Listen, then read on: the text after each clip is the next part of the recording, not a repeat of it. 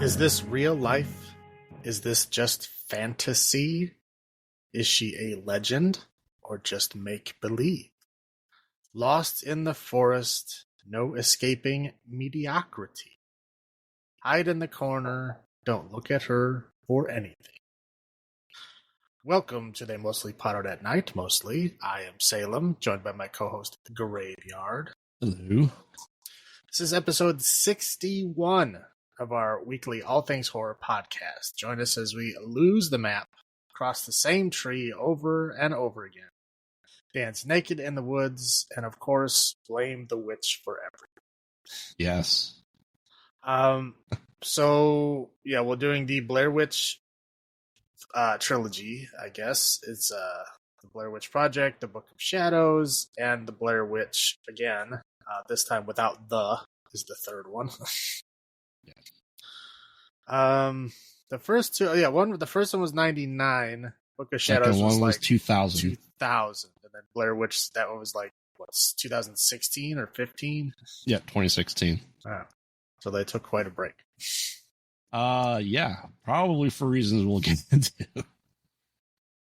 with the Book of Shadows. Don't you start. Okay, so we will start with the Blair Witch Project from 1999. Did you see this movie in the theater? No. I did. That's because it was one of those rated R, and my parents were sticklers for not seeing rated R movies under the age of 17, as I was at this point in time. No, I was not under 17. Also, my theaters were quite strict on that age limit as well. So you should have came to my theater, because I worked at a theater at the time, and I would let in underage people all the time. There you go. Well, I was the guy who would rip the tickets at the door, you know? Mm-hmm. It's like, it's not my job to check for IDs. It's Right. the people selling the tickets. So if you have the tickets, it's not my problem to card you. The security guy kept trying to tell me it was, but he was like one of those security guys that literally wears like the fingerless gloves and is always like punching his hands together like he was getting ready for a fight. I'm like, dude, you are a rent-a-cop working at a movie theater. Like, get away from me. He was a very round individual. We used to call him the Weeble Wobble. But yeah, he was always like trying to start stuff. And like a couple of times he actually came over. I remember once was Bride of Chucky, I think, was in the theater. And there's a bunch of kids, they're like whatever, 12 something. And they came over and they were, trying to get, past me, and they all had tickets. So I'm like, okay, whatever, down the hall, third theater on the left, whatever. And then this guy comes over like, did you check them for ID? No. Why not? You're supposed to check them for ID. Like, no, I'm not supposed to check them for ID. That's the box office is supposed to do. But he knew he couldn't like do anything at the box office. They were busy as hell up there. Like, they didn't have time for his nonsense up there. Right. But so he would try to like, challenge me. And he was like, well, let's see their IDs then. You guys got IDs? And they're like, no. They're like, well, you can't come in. They're all like, I could see they were like, oh, like kind of upset. And then, of course he was all like big tough guy. So then he walked away, like, oh, I displayed my territory. So I waved him over. I'm like, come here. And they're like, what? I was like, do a lap around the lobby, because it was a big lobby. Like, do a lap around the lobby. As long as that guy ain't looking, I'll let you. Like, I just really don't care. It was like near Halloween. It's the Bride of Chucky, like, come on. They're 12 years old. They can handle it. Exactly. So, yeah, you should have came to my theater. I would have let you. Gonna give you some noogies. Been like, come on in, little buddy. Yeah, I wish. I had to wait for video rental for this to see this for the first time. But yeah, no, I saw it in the theater. It was good. It was I remember at the time I was like, it actually like bothered me. But it was simply because of the ending, I believe. But anyway, we'll get there. Yeah. So, Blair Witch Project, it is found footage, obviously. The movie is preceded by, a message saying that a bunch of kids are making a documentary. They got lost in the woods. Nobody could find them. And then their footage, their tapes and stuff were found a year later. Yes. And that's all it says. So, and then this is them putting together the footage to make a coherent tale out of what was found. So essentially it starts off, there's three people. There's Heather, who's like the director. The documentary is her idea. So she's like the director, also the actor. You know, she does the Robert Stack where she stands in front of whatever it is and gives her like narration, you know. Also interviews everyone. Right, yeah. So she's like, you know, the director / actor, whatever. And then she has her friend Josh, who's the camera guy. And then Josh has a friend, Mike, who she is not friends with. I think she meets him like for the first time when this is happening. Right. But Josh has a friend named Mike, and he's the sound guy. So they all get together. You know, they kind of show that, you know, they're like, you know, drinking like college kids are. They're having a good time. You know, that they're getting along, you know. And they go and get all these supplies and stuff, and they spend a day around town. Like they check out the town cemetery. You know, they interview a bunch of people around town. You know, people are telling them all kinds of, you know, spooky stories about the woods, about, you know, people going in and not coming back out. You know, like, oh, you know, we heard somebody saw the witch, whatever. They point him to this crazy lady. Was it named Mary Brown or something? Something like that, yeah. Yeah, so she's like one of those crazy people that, you know, dresses like she's like Amish or something. And she's got, you know, a story for everything. She said she was like a scientist and right. and, you know, like, I mean, it's got all these crazy stories and all these crazy claims, so they can't really believe anything she was saying. But she did, you know, make some you know, claims about what she knew about the Blair Witch, which of course they dismissed because, you know, whatever. This lady's crazy. She's good for film, but, you know, nobody's paying attention to what she said. Right. And they kind of, this movie, I think, does a good point here is, you know, everyone in front of the camera is willing to tell a story. You know, I think these are the ones that agreed. Right. I'm sure there's a lot more of them that were like, you know, fuck off. Right. But I'm just saying, yeah, Mary Brown was like, this is her moment to shine. Oh yeah. She came out. She had like a stack of documents. I mean, like she was like ready to go. Right. I mean, they obviously didn't show a long interview, but you could tell they were probably there for like half a day listening to her ramble. Shut up. Right. Yeah. Like get it over with. Yeah. Okay. So then they basically drive to you know, this area in the woods, and they're going to go into the woods and they're going to film and check out two basically sources of interest that they had found out there. One is Coffin Rock, which was a place that the history was that they found like 5 people killed, and they were like tied together in like some kind of pagan symbol type deal. Was it pentagram originally? Well, they did not say that in this movie. Okay. They said that in the other Number 2. movie. Yeah. Right. Yeah. But they do not say it in this one. They do say that they were tied hand to foot, but they don't say in what shape. Okay. And they don't show a picture of it. They show a picture of it in the next one, but they don't show a picture of it in this one. But they just say they were tied together in like some kind of weird symbol, like obviously some kind of ritual deal. Mm-hmm. The people that found them went back to get help. They came back. They were all gone. But there was still like blood there because there was like vultures and stuff that were there. So they knew that it had been there. It's just the bodies were all gone now. Right. And that was like in the 1800s, I think, right? Yeah, because this is what 1994 when this was being filmed. Right. And the supposed witch was supposed, you know, like a person that was like, you know, hung for being a witch in the late 1700s. Right. Coffin Rock thing happens in the 1800s. The other major event that happens is it was a guy that lived in town named Rustin Parr. And this guy basically kidnapped and killed 7 children. Right. And he would kill them in pairs. One of them he would put in the corner while he was killing the other one. And then when he was done, then he'd kill that one. But he didn't want the other one to watch.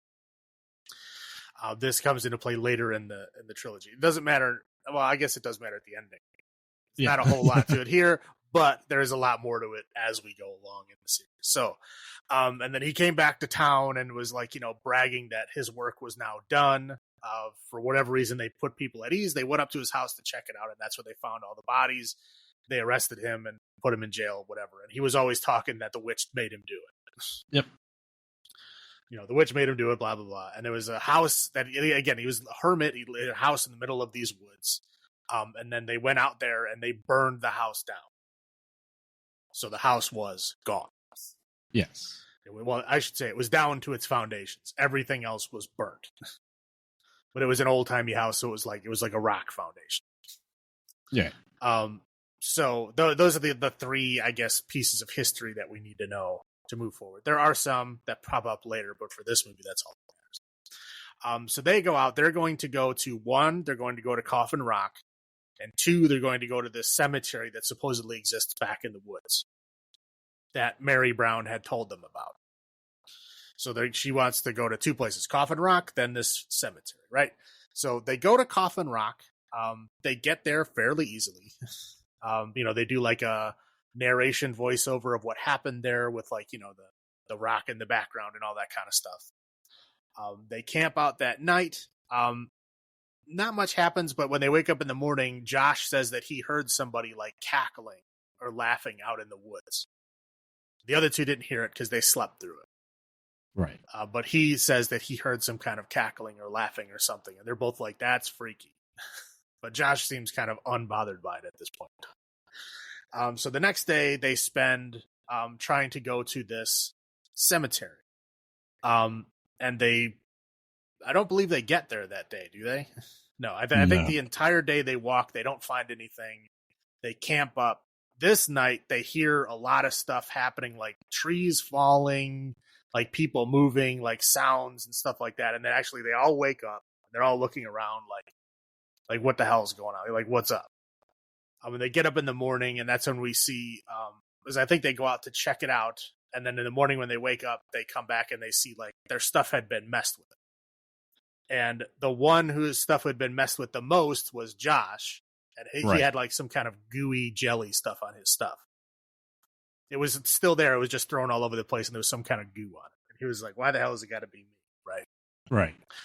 So that day they walk and they find these like piles of rocks. And this is supposedly the cemetery, right? Right. Yeah, it's just old piles of rocks. They're like, okay, I guess this is the cemetery, so they do more filming and narration and stuff like that. Josh ends up knocking over one of the piles, which they then try to fix or whatever. It doesn't seem to be a big deal. So then they camp out for the night, and that night, I believe, is when they wake up in the middle of the night and somebody actually like touches and pushes their tent. Yes. So they're like, oh shit, like somebody is definitely here. So they all come out and they're all like running around, like looking, because they hear noises and they're scared that somebody's chasing them. And they kind of get a little lost, but not really. And they all come back. It was Heather and Mike were together, and then Josh was separate. And then when they basically hide in the woods until the sun comes up. Then they go back and they all meet up again. And this time, I believe they find little piles of rocks that were like set up in their camp that weren't there before, surrounding their tents. Yeah, they're like, right, why would we pitch our tents in the middle of these rocks? Right, exactly. So this is definitely something that wasn't there before that is now there. I think this is also they start seeing some totems. Well, that's after they pack up and they're walking that day. Yeah. Then they walk into, they find a like clearing in the woods that has all the, I mean, if you've ever seen the Blair Witch poster or anything to do with the Blair Witch, it's like the little stick men. Yeah. Right. They find those hanging from trees all over, all different sizes, all over the place. This is obviously like somebody did this, right? Yeah. So they're checking it out, and some of it has like fur, like hair and stuff in it. So it's like, this is obviously like done by someone for some kind of purpose.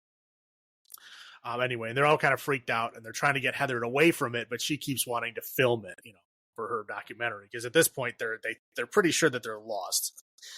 But she still insists she knows where they're going, so she's trying to stay in control. So that way, that day they're walking again. They're fighting because they're all pretty sure they're lost. But Heather's trying to say that she knows where they are because she knows where they are on the map.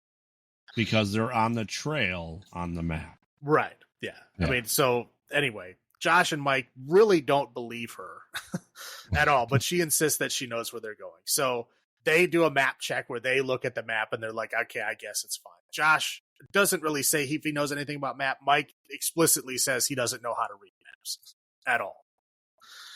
So the next day, they camp out again. And this time, I'm trying to think, because the night after this is when the big event happens, but I don't remember what happens this night. I think they just get scared again. Yeah. Yeah, I think this is when they wake up where there's stuff more around them. Right. Yeah. But anyway, so the next day they're walking. Heather goes to look for the map. She can't find the map. And so they're arguing about where the fucking map is. She thinks that they stole it. They think that she just lost it. Whatever. So that tensions are very high. They're all arguing. This is the day they're supposed to be home. This is the day that all their equipment, like their cameras and sound stuff, is supposed to be returned. If it's not back, they get charged with late fees and shit. They're supposed to be back at work, supposed to be back in their lives at this point. And they kind of realize, okay, well, if we don't come back today, somebody's going to come look for us. Yeah. But again, we still have to figure out what we're going to do because they're basically out of food. And they just want to get back.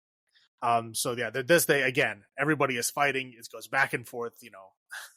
Everybody's very angry at each other. Towards the end of the day is when we figure out that, Mike, when he's pushed kind of over the edge, Mike is the one that had taken the map and then kicked it into the river.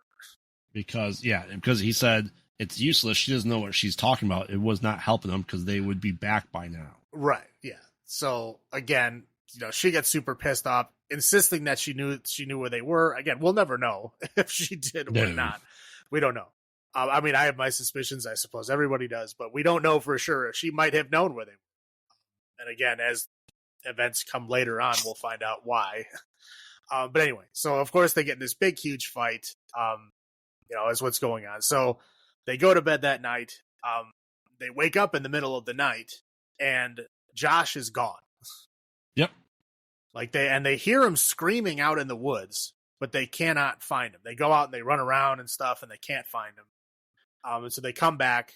Her and Mike kind of sleep, and then when they wake up in the morning, there's a bundle of sticks in front of their tent. Now, when they open up the bundle of sticks, which is tied with his flannel shirt, strips torn from his flannel shirt, are tied up. The sticks are tied up with that. She unties that, and she unfolds it, and wrapped in more of his shirt is something bloody. What it is, who knows? Nobody knows what it is. There's all kinds of different explanations. I've tried researching to find out what it is because you can't see it. Everyone seems to think it's a tooth. Right. Everyone seems to, because he is shown earlier in the movie wearing a big old tooth around his neck, like a big necklace. Right. Right. But it has a distinct shape and curve to it. And if you look at what's in that pouch, it doesn't have that same shape unless there's other things there or maybe leaves or grasses attached to it to make it look different. Well, I think it's supposed to be a hair because it looks like it was a tooth pulled out with its roots, full tooth. Yeah, but it's that's the size of a horse tooth. That is not a human tooth. Right. So that's what I'm saying. It could be anything. I mean, when I first originally saw it the first couple of times, I assumed it was the necklace that was around his neck covered in blood. But looking at it later, if you pause it and stare at it, it doesn't look like it quite has that shape. Whatever it is, it's some form of something covered in blood wrapped in Josh's shirt. Right. Presumably, you would think a hex bag at this point. Right. Or something bad happened to Josh and they're messing with you. Whatever it is, right? Yeah. So yeah, she kind of pushes that to the side. She doesn't tell Mike about it, which is weird, right? Yes. But I guess that's just not the only weird thing that happens. But anyway, so they're spend that time just looking for Josh. They're looking everywhere. They don't know what to do, so they're kind of just exploring all over the place. And as it gets closer to dark, not quite dark yet, but as it gets closer to dark, they end up finding a house in the middle of the forest. Just standing there. And they hear Josh's voice coming from inside of this house. So they run in. At first, they hear the voice coming from upstairs, so they run in and they run upstairs. Mike is charging forward. Yeah. And Heather is kind of going behind. She's obviously traumatized. So she's forcing herself to like zombie stumble behind him, it seems, because she's like hyperventilating and like in shock at this point. But anyway, Mike is just charging forward, like looking for Josh. So he charges upstairs, looks around. He's like, I can't find him. I can't find him. And he hears his voice again. He's like, oh, it's coming from the basement. And he like charges down the stairs again, right? Yep. So runs right past Heather. Heather loses sight of him. So he goes down in the basement. She can't hear either one of them anymore. So she makes her way down. And as she like slowly moves around the corner, she looks and she sees Mike standing in the corner. You know, facing the corner. Yeah, facing the corner. Again, reminiscent to what Rustin Parr used to do with the children. He would make one of them face the corner while he was killing the other one. As she sees this, she screams again. You know, sounds like a blunt object hits something. Camera falls to the ground. And the film just kind of dies out looking into the dirt. Movie over. Yeah. That's the end. Now, when I first watched this movie, like I said, that kind of freaked me out because it's very easy to watch it, but for me, it's very easy to watch a movie that has an ending. I don't think about it again, right? Unless I'm discussing it later, it doesn't really bother me. That movie bothered me because it's so abrupt and you get nothing. Yeah. There's no, like, information as to what the hell happened. Like, you know, a lot of times with bad endings, you know what the bad ending is, right? Like, the bad guy wins at the end, but you know why. You know what happened. This movie, it's just a rough cut and nothing. You get no closure. You get nothing. So, like, I was constantly thinking about, like, what the hell happened? And so, yeah, it's for a couple of days it bothered me. I remember I didn't have any guns at that time, but I did have a knife. And I remember sleeping with my knife next to me, going like, man, it just freaked me out. So yeah, for a couple of days it did bother me, which is very rare. Movies very rarely ever bother. So yeah, this one like actually got me thinking for a few days, and it was cool. But me and a few of my friends at the time got really into it. We actually read the book. You ever read the book? No. The book is a companion piece. It's basically after they disappeared, you know, they did all the searches in the woods and everything. They never found anything. Heather's family hired a private investigator to try to find out more. Right. And the book is his notes on the case. And the book is where you get the first information. They do talk about it in the later movies, but at this time, this is where you find out that the footage from the movie wasn't found until a year after they disappeared. And It was found in the ruins of Rustin Parr's house, like in the rocks of the foundation. And when they pulled them out, they were old, which is impossible because they should have been brand new, because those kind of tapes had only been made for a few years. Not the big camera that they had. Like, that's obviously film that's been around for a while. But the little, you know, DV camera that they had, that was a new thing. Like, they'd only been making those tapes for a few years, and those tapes looked like they had been there for decades. Right. Because I know they had to do, like, restoration on them to get them to see it. Like, that's how old they were, which is technically impossible. So that starts off, you know, some of the themes that come up later on. That started before those movies came out. It started back in the book. But that's cool. But you get a lot more background onto Rustin Parr. You get a background about the town, about the old witch legends, because again, it was just basically this private investigator investigating every aspect of it. Mm-hmm. It was pretty interesting. I don't remember much about it. I mean, it was like 25 years ago or whatever it is now. I don't remember that much. I just remember there was a lot of things like finding the tapes in the foundation, and that they were old and they had to be restored, even though they were technically, you know, brand new at the time when they lost them. I know for me, you know, I waited for home video, but at that point in time, you know, there was that whole thing of, you know, all the lore that went behind this, people wondering if the Blair Witch was a real urban legend or not, if it was just made up for the movie. You know, the idea that the actors couldn't appear in the public view for what they said almost a year after the movie came out to sell the realism of it. I believe that was part of their contract. Is they had to like stay out of they couldn't do any other acting for a year. Right. And they did, and they used their actual real names too, which correct. they all regretted later on. Right. But that happens a lot in these things that are supposed to be found footage. It's your real name is your character name just because that's you, right? Well, yeah, the first names I get, right? Yeah. Because that makes it more real. But no, there was like full name, first name, and last name. Right. Like they literally played themselves. So it was very easy for people to track them down and shit. A lot of bad things happened, especially to poor Heather. Yes. She ended up changing her name completely. And she agreed to be in, well, at least mentioned or been a part of the third movie. Like they actually talked to her and cleared it with her that she was going to be a part of it. Right. Not like physically, but like they talked about her quite a bit. And she was fine with it as long as they didn't use her last name. Yeah. Which they don't. You don't use her last name, even though one of her family members is in the movie. They don't say her last name. Yeah, they don't say her last name at all. Right. So, but that was cool. And I just remember this being, the scariest movie, all the trailers of everything, you have the infamous snot scene with Heather apologizing, which is parodied to no end. Yeah, a lot of times. Yeah. And it was just interesting, it's not obviously the first found footage, but it grandfathered in the new era that we still see today. It's been 24 years. Right. Yeah, it definitely was not the first found footage movie, but it was the one that popularized the genre for sure. Right. And there's rumors, there's a whole bunch of stuff there about this, and there's still theories 24 years later of, did Josh and Mike lure Heather there to kill her? That's a very popular theory.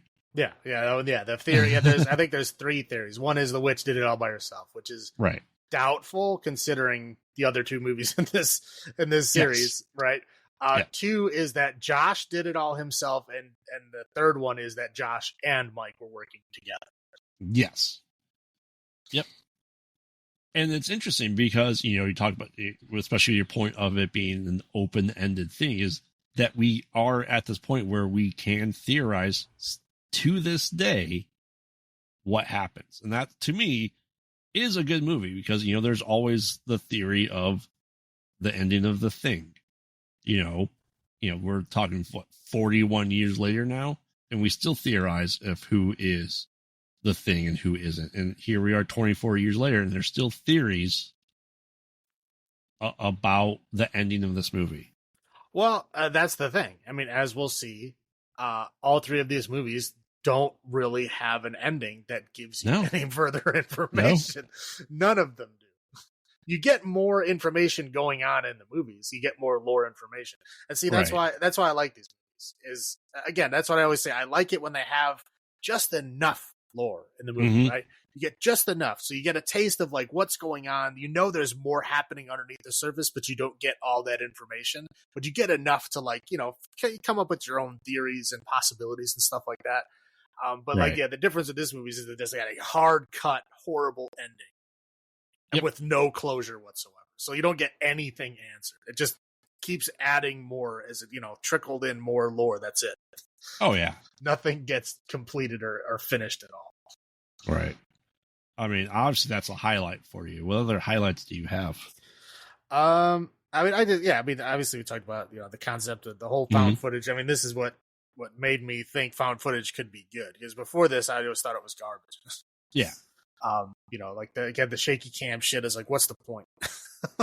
Like this is so stupid. Right. I mean, the marketing was great for this movie. Yes. I mean, the buzz was crazy. And you think like the little tiny amount of money they actually spent on this movie and how huge it became. They sent 3 people in the woods and say, make a movie. That was essentially the direction. Right. Yeah. There was like, they'd give them, they'd have like little caches that they would find at the, every day that had like extra tapes and batteries and shit. And then like scripts, so it was like, okay, this is what you're going to be doing over the next day. Yeah. Is like, Mike stole the map and Mike kicked, so that they have to basically this, they had all day to just walk through the woods and just reenact these scenes over and over again. And they just kept the best ones. Right. Which, yeah, I mean, the concept is great. I mean, yeah, you don't get to pay anybody anything because these are unknown people. Yep. They're doing their own camera work, their own sound work. I mean, you don't have like any crew.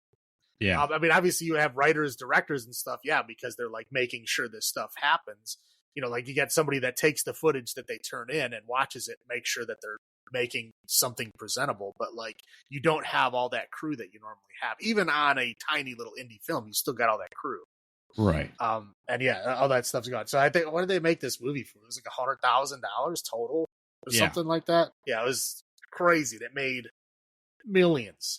Oh yeah. Like hundreds of millions. Well, maybe not hundreds of millions, but definitely tens of millions. Yeah. Yeah.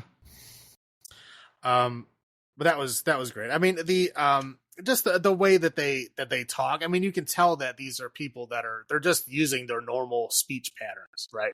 Yeah. Like, again, they're given a script, but again, they can do with it whatever they will. So like the way that they talk is a lot more realistic than normal. Like they're stuttering, they're repeating themselves, they're mumbling, shit like that is almost always cleared up in regular movies, right? They keep redoing the take until everything is perfect. But this time it's not, it feels a bit more natural. And the kind of relationship between them, felt a little more natural too. So whether, they, at first they're all like, yeah, we're going to do this project together. So we got to like get along. Right. So they're, drinking and trying to, find common ground type of thing. But as soon as things start going wrong, they turn on each other. Like, oh yeah. And that's real life. That's, that's what really happens. What about you? What do you got? Absolutely. I was just doing some research on this. I think they shot like, I don't know, 20 hours worth of movie, to condense down to like an hour and a half, which is an hour and 20. It's not even an hour and a half. Yeah. Right. And you're talking about they're speaking managers. They are themselves in this movie. You know what I mean? So that's why the dialogue does it seem repetitive? Does it seem weird and off and improv most of the time? Yes, because it is. But that adds to the realism of it. And for anyone listening, I helped do something very recently in this very similar fashion to the way this was shot, and I completely understand behind the scenes of this movie better having seen it firsthand. Something like this, you know what I mean? That you are able to do stuff like that you don't need a big crew to do something like this. And, it works because essentially I think Josh knew how to work a camera already, or they trained him for this. So they just said, off you go, report back to us, drop off the tapes, and we'll figure this out. No, I think they specifically cast them because they did. Yeah. Right. I think that was like a requirement. Yeah. So, and I think that really, really pays off. And of course, the bad ending, the openness that is there. As we're discussing, the ability to theorize about this 24 years later and still have theories without really definitive answers across the board, with just nuggets here and there. So yeah, I like it. It's abrupt and it leaves you trying to fill in the blanks yourself. Which, for this being, a found footage and a supposedly supernatural thing, we don't see anything supernatural in this one, really. We don't get a glimpse of anything. Well, yeah, nothing looks supernatural, no. But I mean, right. Looking back at the footage shot, compared to what really is in existence out there, yes, there was supernatural things happening, but right, it doesn't appear to be. Right. It could have just been local people screwing with them too, Well, yeah, but the main thing being the house. The house does not exist. In the modern day, that house is gone. Yeah. But when they were there, the house was fully standing. Right. So yeah, there's just a lot of open-ended lore that you just kind of fill in and try to figure out, wait, how is this possible? And it's great for it. Right.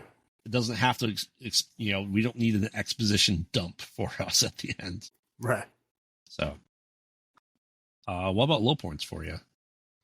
Low points is, I mean, like I said, that shaky cam, dude. Like, it's all over the place. Like, I mean, I get it. I understand. It's like, it's found footage type thing. They didn't have, shaky cam, protection back then or anything like that. Oh yeah, so where you wear the body gear so it stays stable. It's just annoying. I don't get like motion sickness. I know that a lot of people were getting motion sickness in this movie. I remember that was because any horror movie that people like have to walk out because they're sick, they always use it as a selling thing, and they did that with this movie too. Oh, absolutely. And it was mostly because some people get motion sickness, like when a camera sways like that. Yeah. Like again, I like that. Yeah, there's a friend of mine that gets sick when he can't play first person shooters because that sway and the way that you move, like that it's like your first person that like gets motion sickness. Right. Which is odd. I feel bad. But yeah. There's some people get it, some people don't. But I mean, I thankfully don't. It's still just annoying. Right. 2 is I understand that you have to let this go, or else you can't enjoy the movie. But it does always tickle the back of my mind is always telling me there's no fucking way that these batteries lasted this long. Goodness no. There's no, even if they had another huge like cart full of fucking batteries, the way that those things sucked batteries like back then. Again, like 2 hours. Yeah. Right. Yeah. The amount of batteries and also tapes that they would have to have with them to constantly be filming like that is ridiculous. They would literally have to have like a tractor trailer behind them, like carrying all that shit. Because they were in the woods for what? Like, it was like a week. It was like 6 or 7 days, right? Yeah. They were out there for 2 or 3 days when they tried to realize, hey, we have to get back. Then it took another couple days to find their way back. Well, I think they find the house on like the 6th or 7th day or something. Well, yeah, whatever. because they did a day or two of the town filming, then they were in there for 2 days filming in the forest, and they realized that they got lost, and then Well, I mean, I think they were in the forest for at least 5. Yeah. Or whatever. They were out there for a long time. So yeah, the batteries and stuff. Yeah, I get it. It's a thing you have to like let go of. Or else this movie would not exist. Right. But it's still a thing that nags on me. And then the other thing is like, dear God, how many times do you have to yell somebody's fucking name before you realize they're not going to answer you? 42. I mean, but like, I get it. I get yelling for them. I understand that. Like if you're looking for someone, like I get it. But if you're just staying still, you're not moving, you're yelling their name every like 10 seconds, like it's not helping. Right. But yeah, I would say like probably 50% of the movie is them screaming someone's name over and over and over again. Yes. But yeah, overall, I do like the movie. Those are just things. What do you got? Heather's a dick. She's a director. She's a dick director, man. All directors have to be dicks. That's why they're directors. That you have to be kind of a dick to make things work. Otherwise, you become George Lucas. Well, and that's the thing. Like, Heather was to the point where you didn't feel bad for her. You know what I mean? Like, she treated Josh and Mike like garbage at times. A lot. And that makes her a very unlikable character, which I think leads to the theory of they went out there to kill her. I don't think they specifically went out there to kill her. No, but I mean, if you want what do you think happened? Which theory do you follow? That Josh and Mike led them out there to purposely kill Heather? No. I mean, I think the idea was I'd follow on the supernatural element, that the Blair Witch is real in this universe. What about you? Well, yeah, I go with it was Josh, but it was Josh. He didn't go out there with the intention of doing any of that. He was the first one to hear it. He was the first one, to get his stuff messed with, all that kind of stuff. So for whatever reason, he was the most enticing to the witch. Right. Because the witch appears as if she can't do anything directly herself. She has to influence things around her and get other people to do her dirty work. Right. So for whatever reason, Josh was either the easiest or just the target that she chose, or was like, the one that was the most awake that night when she was wandering around. And then so she slowly over time dug into Josh. Yeah. And then over time he became her servant. And then from that point on did what she told him. Her familiar. Well, I don't know about familiar. Familiar is an animal usually. I know. No, I mean, I think it's because he touched the things first. Like, he disturbed it. So that was like, the cabin in the woods, like, whatever you touch first is what you get. Well, yeah, I get that. But I get that. But he said he heard the cackling before he did anything wrong. Yeah. So I'm just saying he was the one that was most susceptible or either most sensitive to it or something. Or he was the one who might have believed it the most. That's possible, too. Yeah, again, whatever reason it is, she was the most enticing to the witch, or again, the easiest, or, the biggest beacon, whatever the hell it was. And she chose him, and then over time, messed with him and used him as her tool. Yeah. Yeah. So, I mean, yeah, that's my, just because, Heather she was absurd at times. And, I think she kind of started the trope of, why are you filming this? We're trying to leave. Put down the camera and let's get the hell out of here. Yeah, but they did address that. Oh, I'm just saying that, she was more concerned about, the film than their safety. And that's why he made her just a very unlikable character that you didn't necessarily care with what happened to her at the end. I would put it that far. Again, the director. Directors are notoriously dicks because they're control freaks. That's why they're directors. That's why they want to be a director, right? You have to control things. That's what makes a good director. I think that's what she was doing, and she was showing that through the whole thing. Like, she insisted that she was in control. She was the one with the map. She was the one that was, leading them out. She knew exactly where they were. All that kind of stuff. Like, she knew. But again, I don't think that's a bad thing. But again, multiple times she brought up that she was like, we're going to get out of this. Yes, it's scary right now, but we're going to get out of this and we're going to laugh about it later. She kept saying that. And I think that's why, originally, she kept filming. And then eventually when she realized it was just getting dark and bad, I think she was just trying to catalog what happened to them. Yeah. Last will and testament. Right. Yeah. More than anything is, I think, why she kept it going after that. Right. And then the whole map thing, I know it's made fun of a lot. It did go on too long. Well, I mean, the movie's an hour and 20 minutes long. Yeah. You got to have some fight in there. Yeah. That was the main point of, contention they could have between them. Yeah. And that's about it for my low points. Okay. So, what is your verdict? All right, so we're doing Hanging Totems.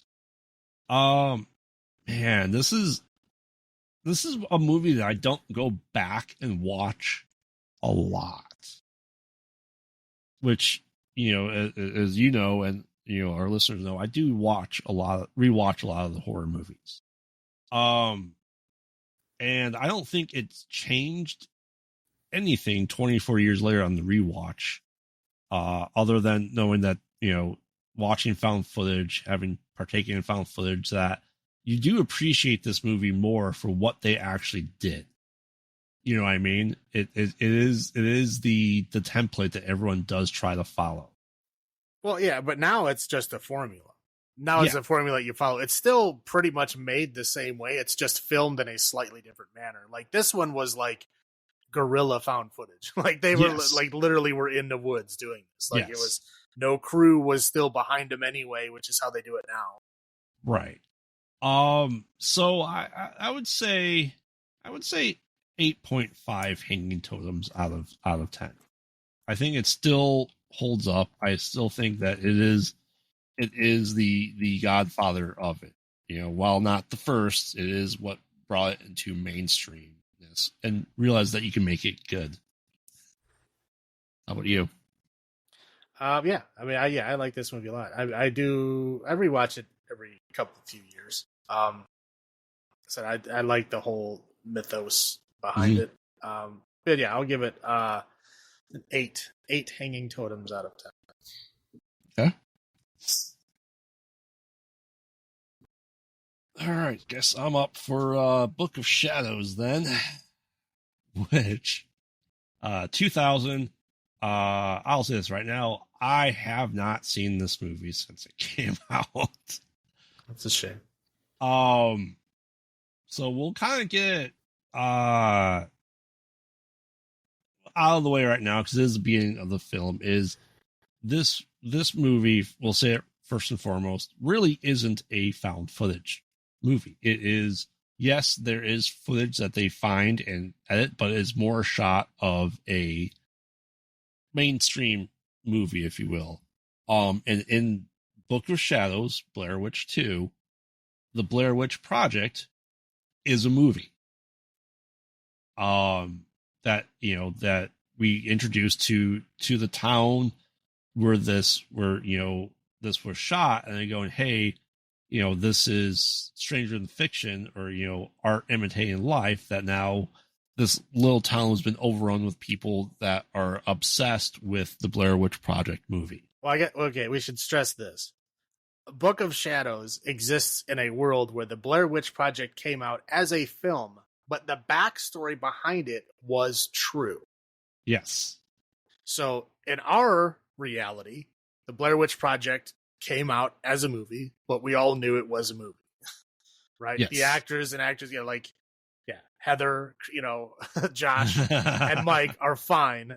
There are other actors that have acted in other things, and they continue to go on. The background and the lore was all made up. Now, in Book of Shadows, the movie came out, all of the background stuff that they came out with is true.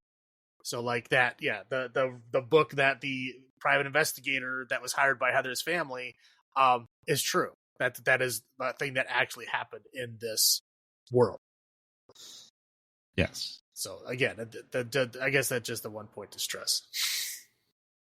It's not our world. It's another fictional world tangential to our own. Right. And the movie had just come out. This is taking place, like, I think a couple of months after the film came out. Because this takes place in 1999, which is when the film came out. So shortly after, and we meet someone who is on a burn notice, Jeffrey Donovan, played by his character's name's Jeff, which they, kind of still keep the idea of their names are the real first names are their characters' names. Right. Yeah, they just don't mention their last names. Right. And Jeff plays essentially the tour guide who is the most capitalization of the movie hysteria in his town where he is. So he does tours. He has a website where he sells all the stuff, like piles of rocks. They interview a woman who's like, yeah, I just got myself a pile of rocks and sold them for like $20. Rock garden. Well, again, if you're living in the middle of rural nowhere and you don't have a lot of money and people are coming there would buy rocks for $20, yes, you would absolutely do that. Oh, absolutely. Right. It's just, the found footage part eventually is just kind of like the town folks saying either how it really hurt the town or how it really helped the town. And it just depends on if they're profiting off of it or not. So anyway, we meet a group of college students. They're like, hey, we've done our research and history that the Blair Witch mythos is real, and we're writing like a dissertation on it. And they want to understand why the movie was such a huge hit off this lore and trying to really find the truth. Yeah, they're basically looking up more history on the Blair Witch than they let on in the first movie. Yeah. So getting the real background story of it, and then two, documenting how the world went crazy because of the Blair Witch. Because again, in that world, all that stuff happened. Right. Right. So yeah. So anyway, they meet up with Jeffrey. We get weird background stuff, like he was clearly a psych patient that went through, I don't know, lobotomy, shock treatment, all the things. Well, he was just drugged. Yeah, that's what they do. And like a sheriff or deputy that was straight out of like a good old boy Texas Chainsaw Massacre like levels of like paranoia and like badassery. You're trying to be a badass. Well, he's like the sheriff in like the old 70s Raw movies. Yes. So where, he's way over the top and he hates everything that's not like, apple pie and right and baseball and like real American, like again, 50s conservative American, anything that's not that he thinks is evil and is trying to put him in jail because of it. Right. Who he doesn't like Jeff because he went, he's done stuff. He's a troublemaker, a rabble rouser, right? Well, he probably got arrested for a bunch of petty shit. So yeah. Oh yeah. But we were introduced. The students are Steven, his girlfriend Tristan, who is 6 weeks pregnant, and we know this because Kim has psychic tendencies. Was able to tell that she's pregnant, 6 weeks pregnant, and she looks like Veruca Salt from The Craft. Veruca Salt. Yeah. Veruza Balk. Oh, that's right. Veruca Salt is a band. Also a character from Charlie and the Chocolate Factory. Yes, but yes, her, The Craft. She's a typical goth, right? She would be right at home at Hot Topic. Sure. Again, I'll get into this later. Yeah. And then we met the Wiccan, Erica, who whole thing is she's a Wiccan and doesn't like it because they're blaming a witch for witchy things happening, and as a Wiccan, she doesn't like it. So they go out, like, Jeff's like, hey, I can take you to these locations where it's there, and we can help with your research paper and all this jazz. They kind of run into scuffle of another tour group, like, hey, we're already here. They're at the Rustin Parr house. They find it like immediately. Well, yeah, because they know where it is. Yeah, right. If you know where it is, you can go straight there. Right. So, Jeff's like, hey, I'm place cameras everywhere. I have lots of cameras. Don't worry about it. If anything strange happens, we'll be here. Hey, this tree is big. It wasn't here before. It seems hundreds of years old. Why would they build a house around the tree, which doesn't make sense, considering the tree seems to be older than what the house would be. And then they all decide to start drinking and smoking pot, and then they wake up a couple hours later and like to seemingly snow, but it turns out to be Steven's like notes that he had just all torn up and just floating in the sky. He's like, oh, didn't you save it up on the computer? Yeah, but this is original notes that in research that I'll never get back. And they're just like, all right, something really, really happened. We don't know what happened. Does anyone remember what happened? Well, this is also the times that you could technically have scanned everything in, but scanners were expensive and hard to find, and they made giant files for the storage available at the time. So yes, it was. If you're doing independent research, it's very unlikely that they've scanned it to save it. Right. And then all of Jeff's cameras is destroyed. He's like, what? And then Kim's like, oh wait, they're here under this pile of rocks in the house, which is where the tapes were found in the movie, under a pile of rocks in the house. Like, hey, these are all great. These are all working. We can go ahead and look at this. back at my place. I have all this great tech. Meanwhile, Tristan has a miscarriage, and she has a dream where a baby's crying. She just, takes her sheet out into the river and just blood everywhere. So because of the miscarriage, they take her to the hospital. And would you say interspersed throughout this is them all being questioned by the dick sheriff as well. Talking about like what happened. It's kind of cuts back and forth of them trying to explain what happens and whatnot. So clearly something happened that we are getting hints to throughout the movie. So they're like, hey, we can figure out what happened to this. We lost 4 hours of time. And they're back at Jeff's, who lives in an old mill. Do you remember I don't remember the mill made, but there's like one entrance and it's over a bridge. There's a broom factory. Broom factory, yes. Yeah. There's just one entrance, and he has this built up because he's prepping to be on burn notice of dogs barking at a door rigged up. When someone opens the door, they get in there like, haha, I'm so smart. And they got kind of get a tour of his factories, like, hey, I have all this great equipment. It's like, oh, so you don't want people to steal things that you already stolen. It's like, look, man, I don't worry. I just pass the discount on to the customer, but all the stuff's like, it's like, wow, here's where I make all the stuff I sell online. And Erica's like, you shouldn't do that. You're exploiting the witch. Don't do that. Like, okay. Staying true to character. Yep. So, they start reviewing tapes. Tristan's not feeling good after the miscarriage. He's like, hey, my room's up there with the big bed. The other rooms are down the hall. You could just stay out there. And Tristan kind of stays in bed most of the rest of the movie. And they start watching the tapes and get caffeinated because he has a whole bunch of batteries in his fridge, a box of old KFC. It just says fried chicken stir. Well, yes, but it's KFC colors. Yes.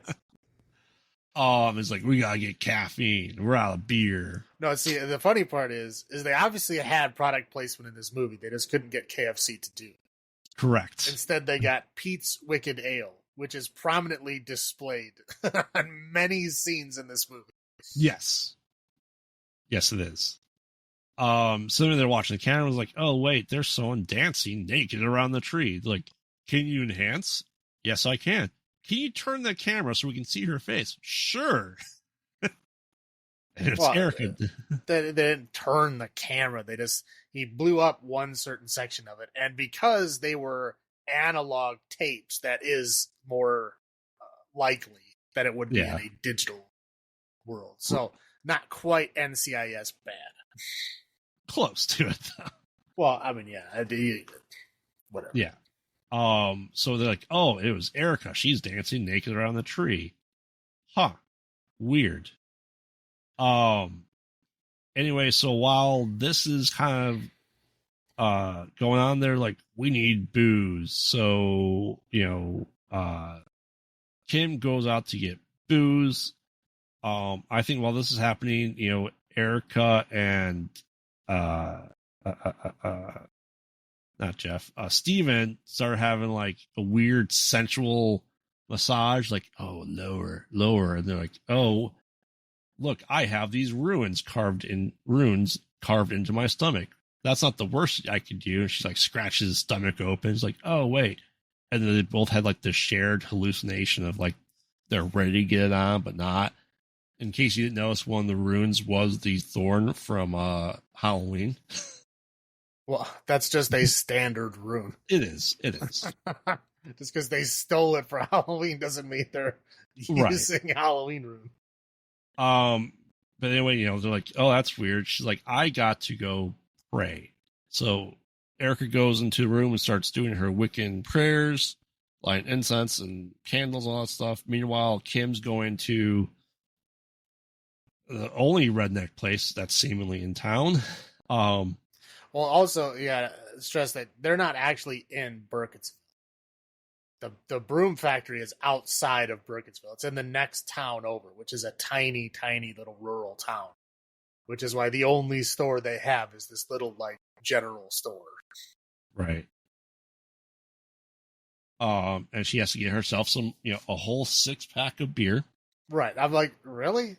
How rude would that be? You go all the way to the store and you come back, and there's how many people, and you bring back a 6-pack? That sucks. Yep. They need beer, so they each get one. Right. So anyway, she's like, oh, are you gonna check me out? No. Oh, you get the manager. I am the manager. Well, Peggy. And starts like, Peggy hits like the alarm, so the camera turns on. She's like, hey, I'm gonna get you.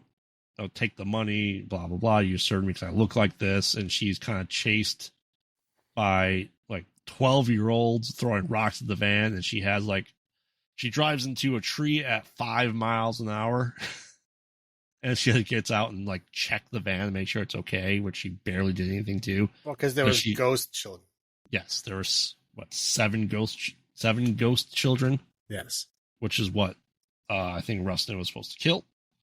Rustin probably killed 7. Yes. Yes. So anyway, she kind of goes back. She's like, "Hey, I just bumped your fender a little bit. Hope it's okay." And she goes to reach her hand into the 6-pack beer, and then like Peggy's nail file's there, and she cuts herself on it. They all kind of go to. Well, they show that scene because she poked her finger, right? So she's got a little bit of blood on her finger, but she looks at the nail file and it's covered in blood.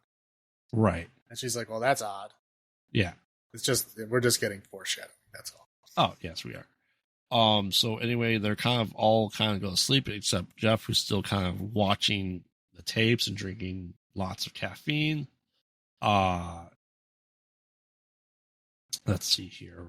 That's when they go looking for Erica, and they find her where she was praying before, but all her clothes are there, as if her body just vanished, and her clothes are like laying on the ground, and like she was just in them and just went poof. She was just reaped. Right. So they're like, they can't find her. They're looking all over. I think Steven sees her outside, but nobody else can see her outside. Well, Tristan says she's outside, then she sees her. He tries to go out there, and then like there's ghost children, the bridge collapses, and Tristan's like, "I'm not helping you up." So they let him up. But she's out there. And they find her in the. No, they don't know that she's there yet. But when they look outside, and then they also see that the van is like completely destroyed. Jeff's like, "I thought you said just minor fingers," like blowing up. Yeah, and it was like he's like, "How the hell did you get it back here?" Which is a good question because it was in no state to drive. Yes. And then that's the point where they search the entire house for Erica, and that's when they find her in the closet.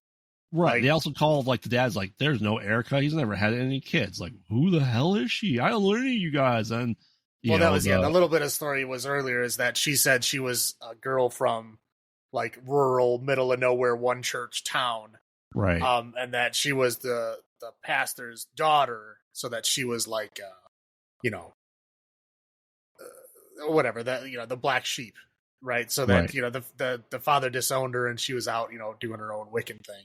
Yeah. And so then he called looking for her, and he said they never had a daughter. So at this point, we don't know if he is, if they're just being no daughter. Yeah, we don't know if they're just being real ridiculous or if they actually did not have, that wasn't the truth. Right. So. Anyway, the sheriff calls, like, "Turn on the TV, man. Turn on TV, Jeff." "I didn't do nothing, man. Just turn on TV." And there's, like, bodies found. This is where we see the bodies being, tied together in the shape of the pentagram at the Coffin Rock. Pentacle. It's like, that's a tour group. That's weird, man. So anyway, they find... eventually find Erica's corpse in the closet. Like, we would have known if she was there. They look through, Kim makes a pot of coffee for Jeff. She's like, "Here you go." And she like has this vision. It's like, "Hey, you have like stuff about all of us. You spying us?" Like, "I don't know who any of you are." So anyway, Tristan keeps getting weirder and weirder. Kind of just like runs around a bit. Oh yeah, she's she's starting to have visions. Yeah. And then she's starting to like lose herself in the visions, so she's like babbling on, so everybody thinks she's like losing her mind. Right. And she's like, "Hey, play it backwards." It's the Widdershins. What? Widdershins. Widdershins, yes. She's like, so they play the tapes backwards. Look, it's not doing anything. Well, you got to do the commands backwards too. Oh, okay. Yeah, I was like, I don't understand how that works. It's a fucking button. How do you press a button backwards? Right. Unpress it? Like, what are you talking about? Yeah. So essentially, then we get to see everything going. They're playing it in reverse, but time is going forward. And well, it's all them. They get drunk. They take the cameras and kill all the other tour group, and they tear up the pictures. Like, I don't remember any of that, man. And then Tristan Khan comes down. Is like, hey, this is me. I did this summoning, and she's like, you can't stop me. What do you want to do? Like, well, I guess you should stress on the videos. It clearly shows Tristan directing. Oh, she's absolutely in it. Yeah, she hands them all the knives. She like points them and tells them to go. Like, she's very clearly the one in charge in the yes. And they very clearly destroyed all their own shit. Yeah. So she's like, hey, if you think it's me, I'm tie this noose around my neck. It's like, come on, I can't do it. You gotta do it for me. Like, oh, you started all this. Just confess to the camera, man. Confess. We didn't do any of this. And they, she goads Steven into pushing her off, and then she dies. And then they are arrested as like there's so many cops outside. The bridge is perfectly fine. So's the van. So's the van. And then now they're being interrogated by lots of people. Like, they had to call like 8 towns worth of cops over. Probably. And here's their footage. And, Kim's like, I didn't do anything. Like, well, tell that to Peggy. Like, what? And shows her killing Peggy on camera. And then, we see Jeff, who's, filming this stuff. And it shows him killing Erica and then putting her in the closet. And Steven's like, naked, yes. And then Steven's like, Jeff recorded this stuff. We can see that it was Tristan all along. She'd go listen to it, and she's like begging for innocence. And they're like, you're the witch. And then, like, he purposely kills her. And like, yeah, I don't remember any of this. And yeah, they all committed murder. And so you don't know really what happened. Was it Erica? Was Tristan actually possessed by the witch like Josh was? Don't really know. End of movie. Yep. I think the best scene is after Steven pushes Tristan off, and she's like hanging there, and he goes, "Fuck that witch." Right. Which is it's just so hilariously out of character because he's supposed to be her like fiance, right? Yeah. Yep. It's just so bizarre. Anyway. Yes. Yeah. First thoughts and rewatch. First thought, I go, this is nothing like the Blair Witch. And at that point in time, it's felt like every generic early 2000s movie. Because they had like, hey, we need music. Marilyn Manson, Rob Zombie, Deftones. Got it. Soundtrack done. Next. Well, yeah, that's the time. That's how it was. I mean, that started in the 90s. Of course, it's going to continue. Yeah. And to me, initially, it felt like a generic movie, and I don't think commercially, I think it flopped, effectively killing the franchise at that point. Well, I mean, they made money on it because, again, they're still going off of the money they made from the first one. Right. Which is outrageous. They made enough money to cover everything for this movie. I mean, in cash. Like, they could not have lost money because it was already profit that they made into this.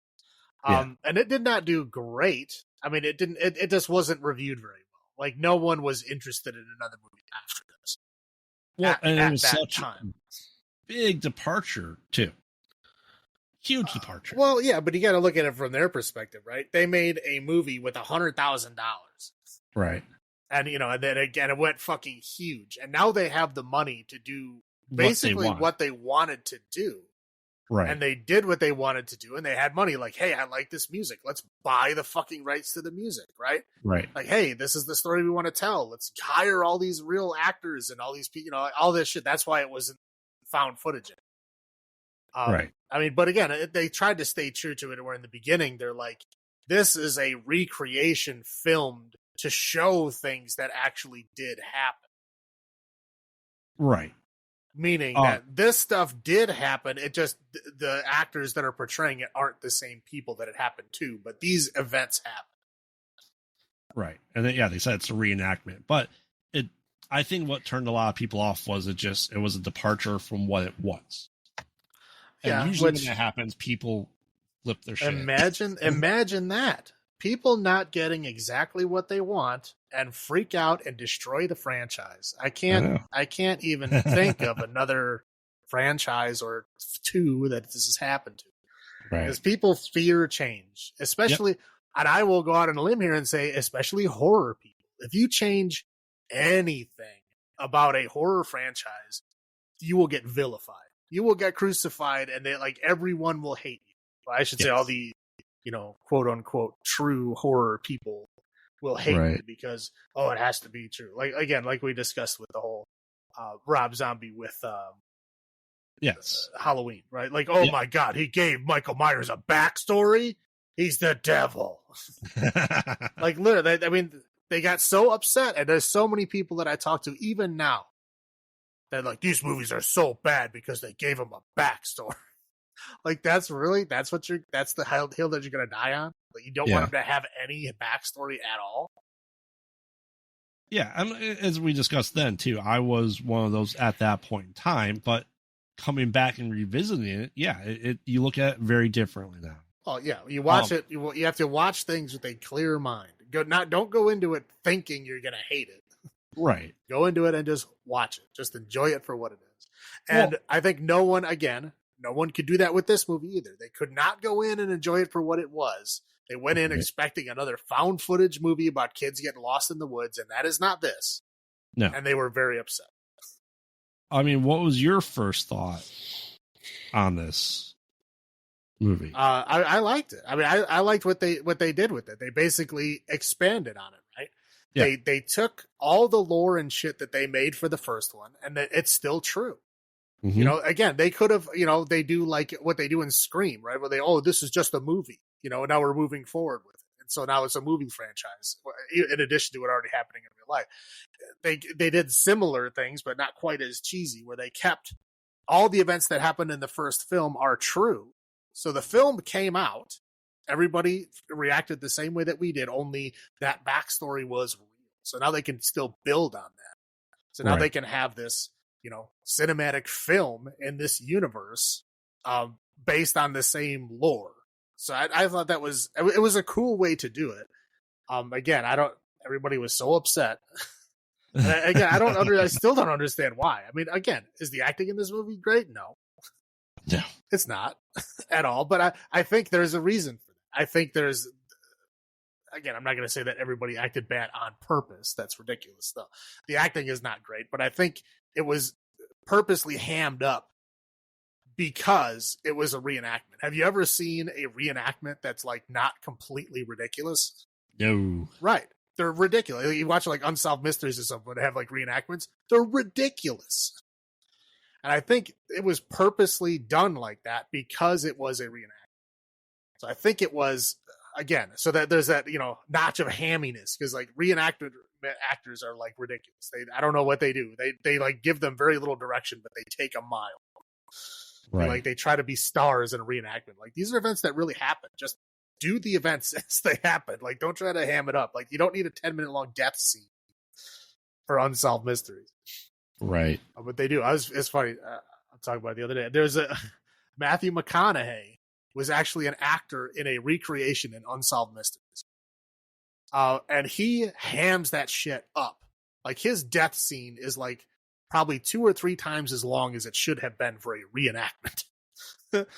They probably did it later on because they're like, "Oh, this is Matthew McConaughey, leave it in," But it was very overly dramatic. for being an Unsolved Mysteries reenactment, where it should just be, things that are playing in the background with like Robert Stack narrating over it, right? Which is should be what it is. But no, this one was like fully acted scenes with Matthew McConaughey. And it's like that. It's like basically moving that to a true film, and I think that's why they act as hammy as they do.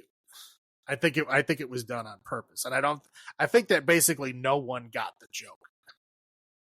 Well, they're very tongue in cheek with right. It's very they do it on purpose, and the only time they turn on that is at the end.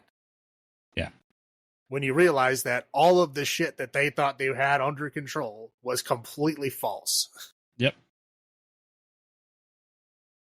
Yeah. So again, that's the thing. I don't think anybody got the joke. It's one of those movies that everybody hated immediately, and then everybody just said it sucked, so everybody just assumed that it sucked. Right. And so, like, if you find someone these days that's actually seen Book of Shadows, is pretty rare, and two, doesn't have their canned Book of Shadows response, is exceedingly rare.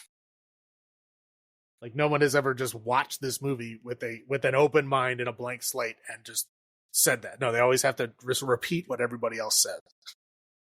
Which is, I think, just a symptom of our modern society. Yeah. It's a symptom of social media and people filming every opinion that they have. Is that people hear that opinion, go, you know what, that's a good opinion. I'm going to use that. And then they just continually repeat the same opinion over and over and over again, pretending that it's their own. And so then the world becomes this, in a world that you should have a million different opinions, you end up having just one repeated a million times. Right. Which is like I don't like. Which is interesting. That's what's great with what we do here is because it gives us a chance to rewatch it. We may have had our preconceived notions of stuff back in the day, and I think we are viewing most of these with open minds again. Whether we've seen it before or not. Oh yeah, I'm not saying I'm not guilty of doing the same thing. There's lots of movies that I have preconceived notions about before I watch them, for sure. And yeah, no, it does help me to watch it again deliberately with an open mind. But this is one of the ones, I think, like this movie and like Rob Zombie's Halloween movies, I went into it clean slate, open mind, and I don't get why people don't like them as much as they do. But I'm not trying to say I'm innocent of this at all. I'm just saying this particular one I am not. So what are your highlights for them? This movie? Highlights again, like I said, that the reenactment joke, which I don't think anybody got except for me. Well, I'm sure there's other people besides me. I really like that this movie is really a time capsule for 2000. Oh, absolutely. I mean, this is like, if you wanted to know what like the subculture scene was, what the music scene, what people dressed like in the year 2000, like this movie is like an amplified version of that. I mean, like they have, everything. I mean, you're talking, like you mentioned earlier, they got Marilyn Manson. Disposable Rob Zombie is the opening song. Right. It's playing during the credits, right? Yes. You got Queens of the Stone Age were in there. Yeah. A System of a Down is in there. Yeah. It's like everybody who is anybody in 2000 is on that soundtrack. Oh yeah. It is like I said, quintessential that time period, that scene, right? All the major subcultures that were coming up at that time period. Okay. One, you had the goth subculture. The goth subculture was real big in the 80s, but it was only a singular goth culture in the 80s, right? Yes. When you hit the 90s, and especially the late 90s and 2000 here, got split into many different facets. Okay. And one of them split off into, they combined goth and kind of heavy metal together. And that's basically where like the Spooky Kids and the Manson people landed. Yep. And that's basically Kim. Yes. Kim is basically the Spooky Kid goth of 2000. Again, I wasn't in high school in 2000. I was in high school up to 98, but very close. I knew these subcultures at that time, right? Oh yeah. Like the neo hippie bullshit that Erica is spouting in this movie was huge at that time. Oh yeah. I dated two separate girls that had the same bullshit Wiccan opinions that she does. The same kind of, like I said, it's not quite hippie, it's neo hippie, right? They It's shop like they shop at Greenfields. right. Yeah, it was like it was more of a fashion thing, more of a like yeah, there were certain things that you were supposed to believe in, like, Wiccans and Earth Child kind of stuff. But it was more of a subculture than it was a counterculture, like it was back in the 60s and 70s. It was definitely not that. It was mainly a fashion thing. Yeah. It was like a cut off subculture of like the stoners, right? Because you get anti-capitalism. right. Yeah. Yeah. So then you get, Jeff, who plays like your standard kind of hardcore kid stoner guy, right? Oh yeah. Which again, these are all of them. And then you get, I think Steven and Tristan are just kind of the stand-in for the quote unquote normies. Oh, they're definitely normies. Right. Yeah. And that's what I was like. That was these, slice of all the subcultures that were big in this 2000 period, was that these exact people. But yeah, the music was great. I mean, it's a definitely linked to that time period. The more lore that they kind of linked to it, because this movie basically signifies that, all of the extended lore from the first movie also was real. Like I said, the book and all that, extended shit that came out of all that is all real in this universe. Yep. Like I said, the book was where you find out that the tapes were buried in the foundation of this house. So them saying, oh, this is where they found the movies from the movie, it solidifies that all of that lore is now canon and true. Yeah. And we get more, they obviously go into more about it. They go into more about the witch and, her relationship with the town, like what happened, like other things that have happened in the woods and stuff like, basically all these people in there. But yeah, it's also interesting showing that, capitalism is capitalism, right? Yep. And 2000 was like the height of it, right? This is before 9/11. This is like, the world was kind of like in a very strange state at that point in time. Of course, 9/11 changed everything, right? It put the world, especially, the US, on a completely different track. I would have really liked to see what would have happened, like what the alternate Earth is if 9/11 did not happen, where it would have went. Because we were, there's a lot of things that were changing at that time. Right. That would have been kind of cool. But yeah, no, I mean, just the, the links back to the first movie, just showing that extra lore, I thought was pretty cool. And again, I really liked the, everybody thinks they know what was happening, right? And then they're shown explicit evidence showing that they did not do what they think they did. In fact, they did the opposite, and they did the horrible things that they could not imagine themselves doing, meaning they cannot trust their own minds, right? Right. You have video evidence showing that you did these things, that you cannot deny that. Right. So like, and then again, in their minds, they have no idea how they could have. Oh, yeah. Which is, you can't trust your own mind, which is, I really like that concept. Yeah. Yeah. The lore building, the world building was saying, because it really is what a lot of people questioned is, was the lore real? Was it just made up? Yes, it was just made up for these movies. There was no Blair Witch in, was it Connecticut or Maryland? Burkittsville, Maryland. I've actually been there. Have you ever been there? No. I've been there. I did not hike in the woods. I will not say I hiked in the woods, but I did actually drive through Burkittsville, Maryland. Yeah. So yeah, I mean, it was just an interesting take, and the twist ending. It was almost a Hellraiser twist ending. Yeah, I'll give you that. No, those are my highlights. Low points. What do you got for low points?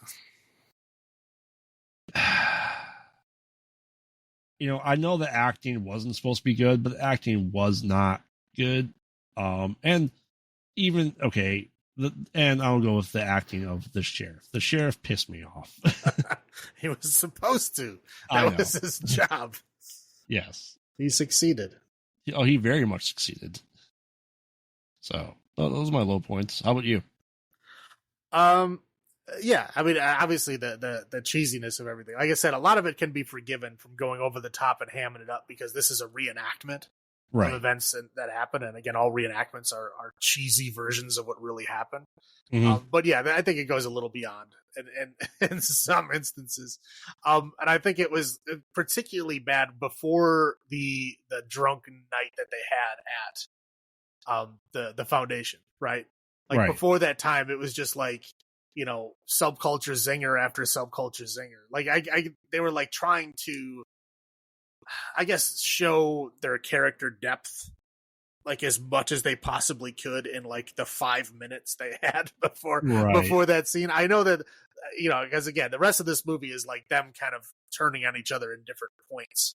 Yeah. And I know that, you know, they had a very short window to try to give you what, you know, what this character is, what their personality is. You don't have a lot of time. So I know they're trying to jam it all in there all at the same time. And it gets a little intense before that point. After that point, it's a little better. Again, the acting is not great, but again, I turn that on to the reenactment rule that I have. Okay, the ghost children, I think, were especially bad. I mean, those effects were just ridiculously bad. I mean, they like barely tried. They didn't even look like ghosts. No. They just looked like kids they slapped a coat of paint on and put them in old-timey clothes and then just told them to walk backwards. Like, they were very sloppily done. And that fucking owl.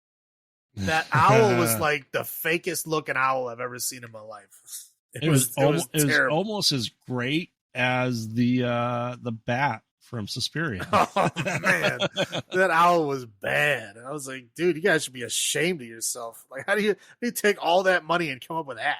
Hey, Disposable Teens cost a lot of money. I imagine it did. And that soundtrack probably cost them a lot of money, man. There was a lot of bands on there, and it was their big songs too. It wasn't like songs they made specifically for the soundtrack, which is how they get cheaper songs. Right. No, these were songs that were popular before they were on the soundtrack, which is very rare because they are so expensive. Yes. So yeah, again, they put all of their favorite songs into this movie. Oh yeah. Okay, so that's you got everything you want to add, or are you ready for verdicts? I'm ready for you. You go first for this one. This one, Book of Shadows. Now, again, I know a lot of people hate this movie, and I know you're going to score it less than me. I know you are. But again, I'm just going to defend it again. I like this movie. I think it's like a beautiful disaster. Mm-hmm. Okay, there's a lot of things that are not going for it, but there's a lot of things I do like about it. I like the running theme of this, like, don't trust your own mind. What the hell really happened? We don't know. It ended before we could find out what the hell was going on, which is, again, ties into the theme of the first one. It ends before we have any fucking clue what's going on. And the 2 falls into that. I think 2 follows the pattern. It follows the franchise pretty fucking closely, aside from not being found footage, which, again, I think it has it going for it. I know a lot of people are like, it has to be the same thing or else it's not a sequel. Again, I liked it. I thought it was good. I'm going to give it a 6. 6 hanging totems out of 10. 6? Yes. Yeah, it was hard. It was really hard trying to listen to Jeffrey Donovan try to do a voice that's not his own. Like, it slipped through a lot. I said, I love cheese. You know, I love cheese. And this, yeah, I mean, I agree with it that it was a reenactment that was purposely cheesy. You know, can't at this point in time, you couldn't judge it too harsh. Like, you know, I view it as the Zelda 2 or Super Mario Brothers 2, where people like, this is different and we don't like it. Well, if they continued being different every single time, it'd be one thing. But when we get back to Blair Witch, this was very much an outlier. Because it is, yeah. I mean, it wasn't supposed to be. It is because that was the only way they could get anybody to make another movie, is if they promised it would be like the first one. Right. I will agree with you though. I will give it 6 hanging totems out of 10. Like I said, I always just see it as, okay, like, you know, Jeffrey Donovan, he's a good actor, right? Yeah. Now, if you put him in a reenactment situation with, like, he has, like, you know, hours to prepare for this Right. character. And you show him like pictures and videos of what this real stoner guy acted and looked like in real life. Now you picture him trying to come up with a voice / personality for this person he doesn't know personally and only looks at videos that was in like in a police interrogation room. Mm-hmm. And surveillance video of his own house and like pictures and notes of his character, and that's what he came up with on his own. That's how I see it. That's why it sounds so cheesy and ridiculous. That's why everybody is like so over the top and acting so badly. Is again, they specifically said at the beginning this is a reenactment, and having seen so many reenactments from watching all these terrible true crime shows as a kid, like in the late 80s, early 90s that were out there, I really think this is just an extension to that. Yeah, perfectly fair. Okay, and now to the third movie in this trilogy, which is a pretty stretched out trilogy considering this one came out 16 years after the second one. Yes. But this one is called just Blair Witch. No project, just Blair Witch. Now this movie goes back to basically what the first movie was, only now 16 years later we have a lot more technology, which they show off almost immediately. They show us that we have a drone which can go above the trees with a little camera on it.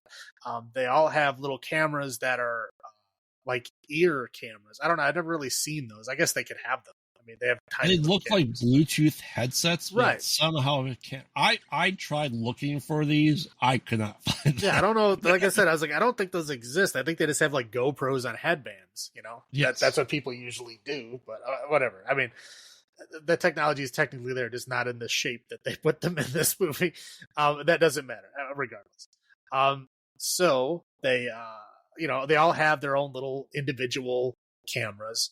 They have this drone camera that goes up, and they also have, your standard camcorders and stuff like that. So basically what we're doing here is there's a kid named James, who is the younger brother of Heather from the first movie.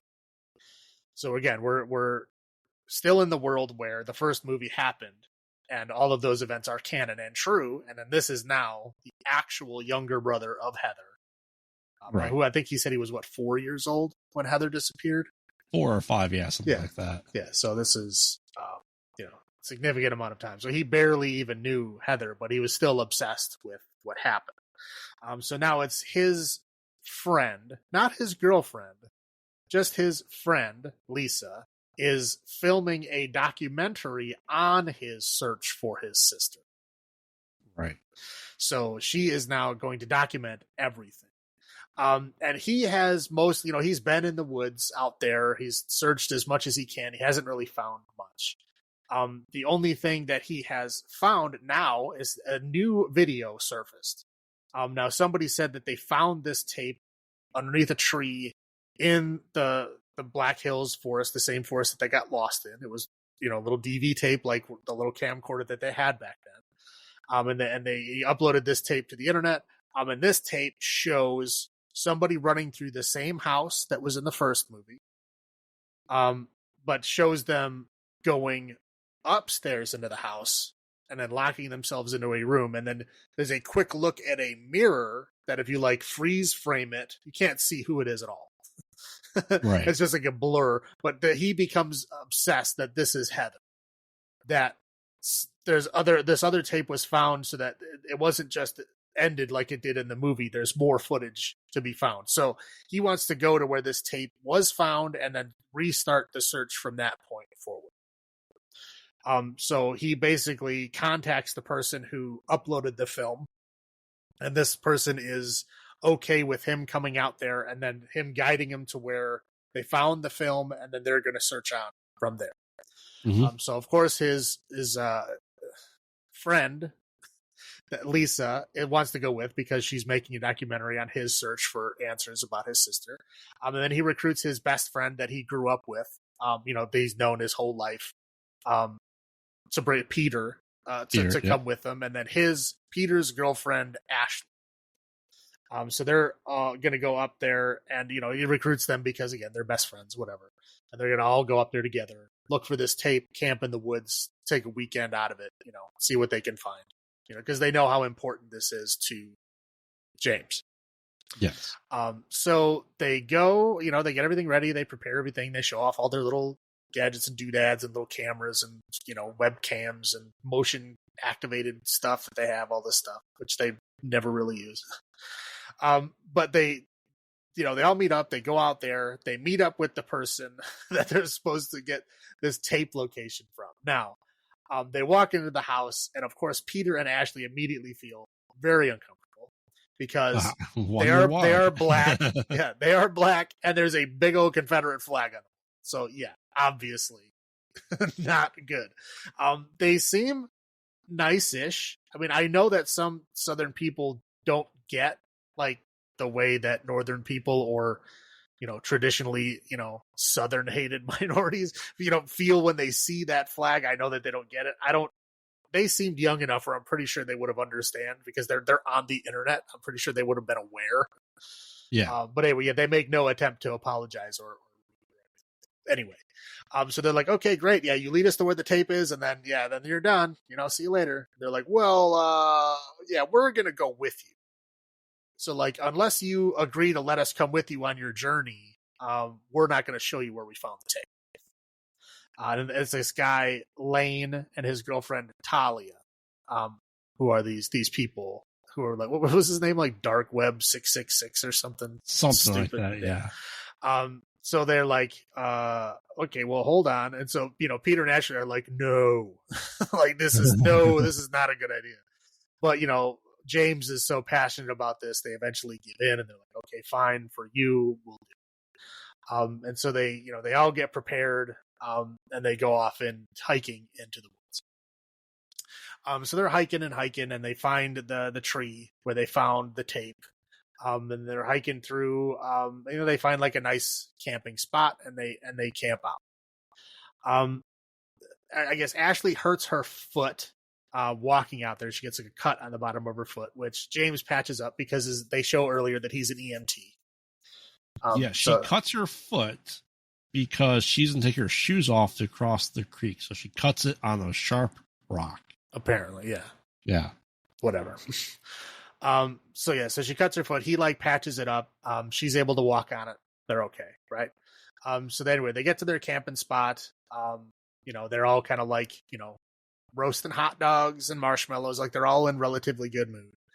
They're talking about how other kind of things that they've heard about the witch is conflicting stories. They were like literally like Lane and Talia, who are both from the area, are both giving conflicting reports. One was like, did the kids go up to the attic to get killed, or did they go in the basement to get killed?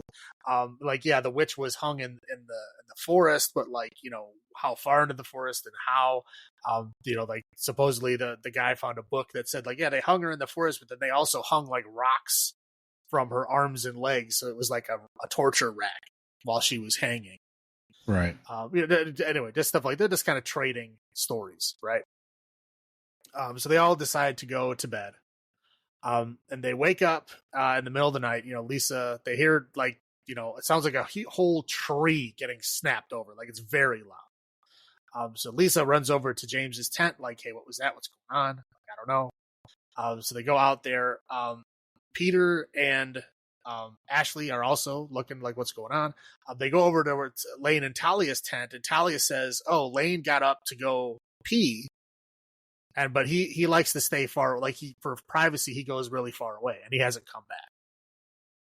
So it's like, okay, so they walk into the forest, and again, they hear these like giant trees like being thrown or flopped over. It's like huge noises. And they're calling Lane's name. And then eventually Lane just pops up, without answering at all. He just pops up like, oh, did you guys hear that? They're like, yeah, we heard that. Whatever. It's, we can't find anything out here. It's dark. We need to go back to camp. So they go back to camp, and they all kind of, go back to sleep, to where Lisa decides she's going to sleep in James's tent instead of her own, for safety, whatever. So they wake up in the morning, and the stickmen, as we all know from all the marketing materials, there's stickmen all over the place. And it looks like there's at least one stick person for all of them. I think there's more than that, but there's at least one for each of them. Yes. And they're all like, oh man, like, how did we not hear this? It was like right outside our tent and stuff. Like, this is freaky, whatever. We're all done. We're out of here. Right. we're leaving. This is too freaky. Like Ashley's like freaking out, because her foot is getting worse. And she's like, this is bad. We need to get the hell out of here. So they all decide to just leave. They're going back. And as they're going back, they're walking behind Lane, and they see a string coming out of his bag. They open up the bag and they find the string, which is an exact match for the string used to tie the stickmen together. So eventually, he's denying, and eventually goes, okay, yeah, I did it. And they were like, what the hell? Why would you do that? And he's like, yeah, I did that part to get you guys invested in this. But like this stuff really happens out here, but I can't get anyone to like pay attention to it. Right. So like to get you guys invested in this, to help us investigate, I did that so you guys would get in. And they're all like very pissed off. And basically figure out that like, oh, the camera that he's using, because he's got his own little camcorder. The camera that he's using just so happens to have the exact same tapes that he had found in the woods that were supposedly Heather's tapes. So basically they're coming to the conclusion that he just kind of falsified this whole thing. And so James kind of gets a little crushed and everybody else gets a little upset. They're like, whatever, we're going to leave. Lane and Talia, they get in a fight, and they're like, get the hell away from us. Like, just go away. Like, you guys need to leave.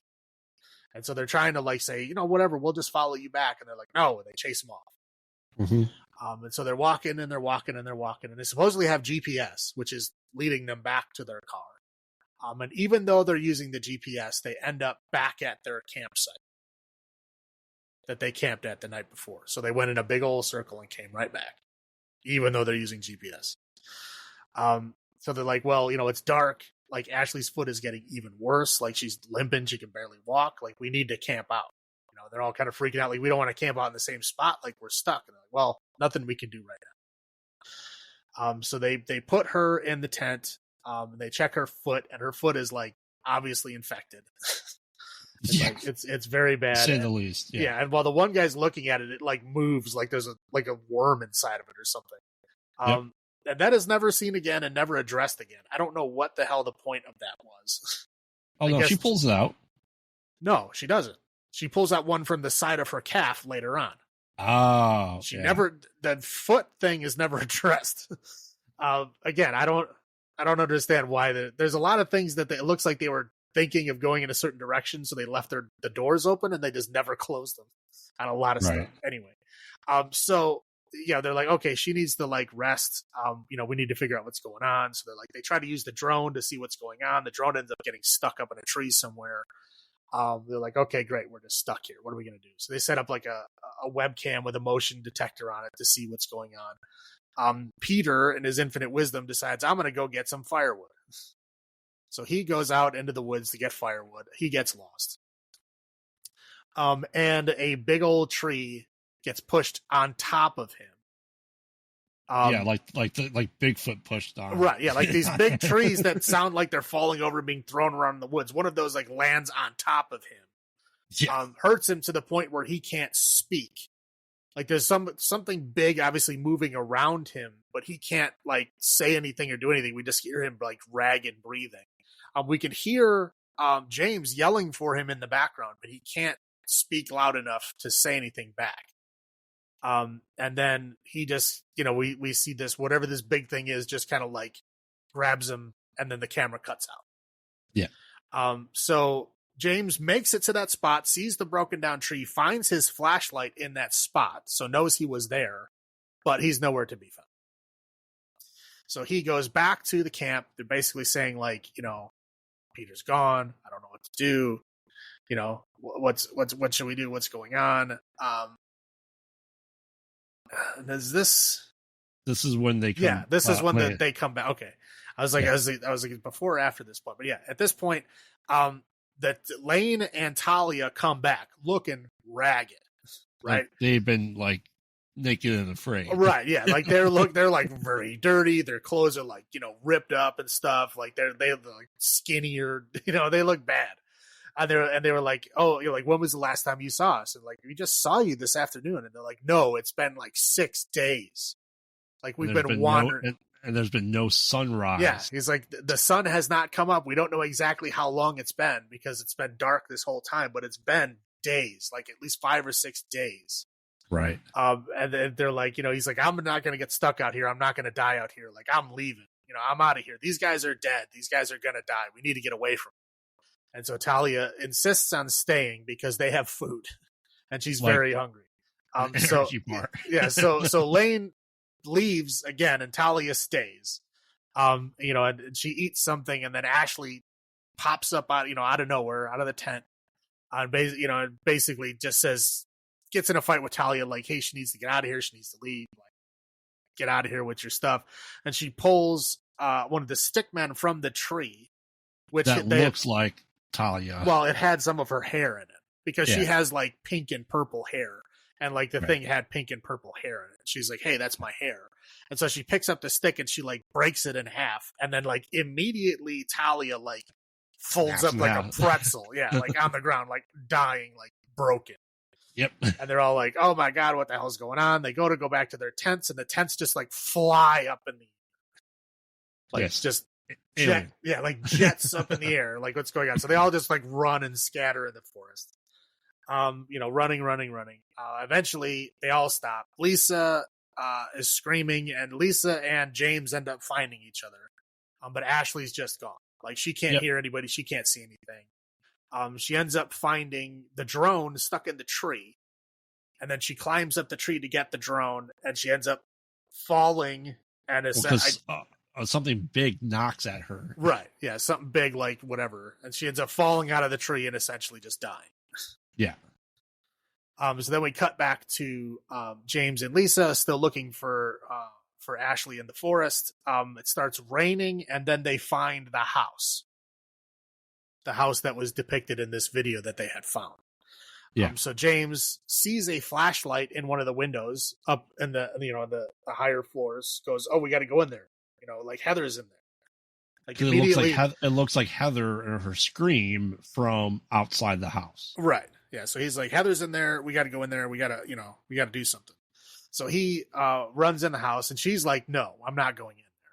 And so she stays outside as long as she can in the rain.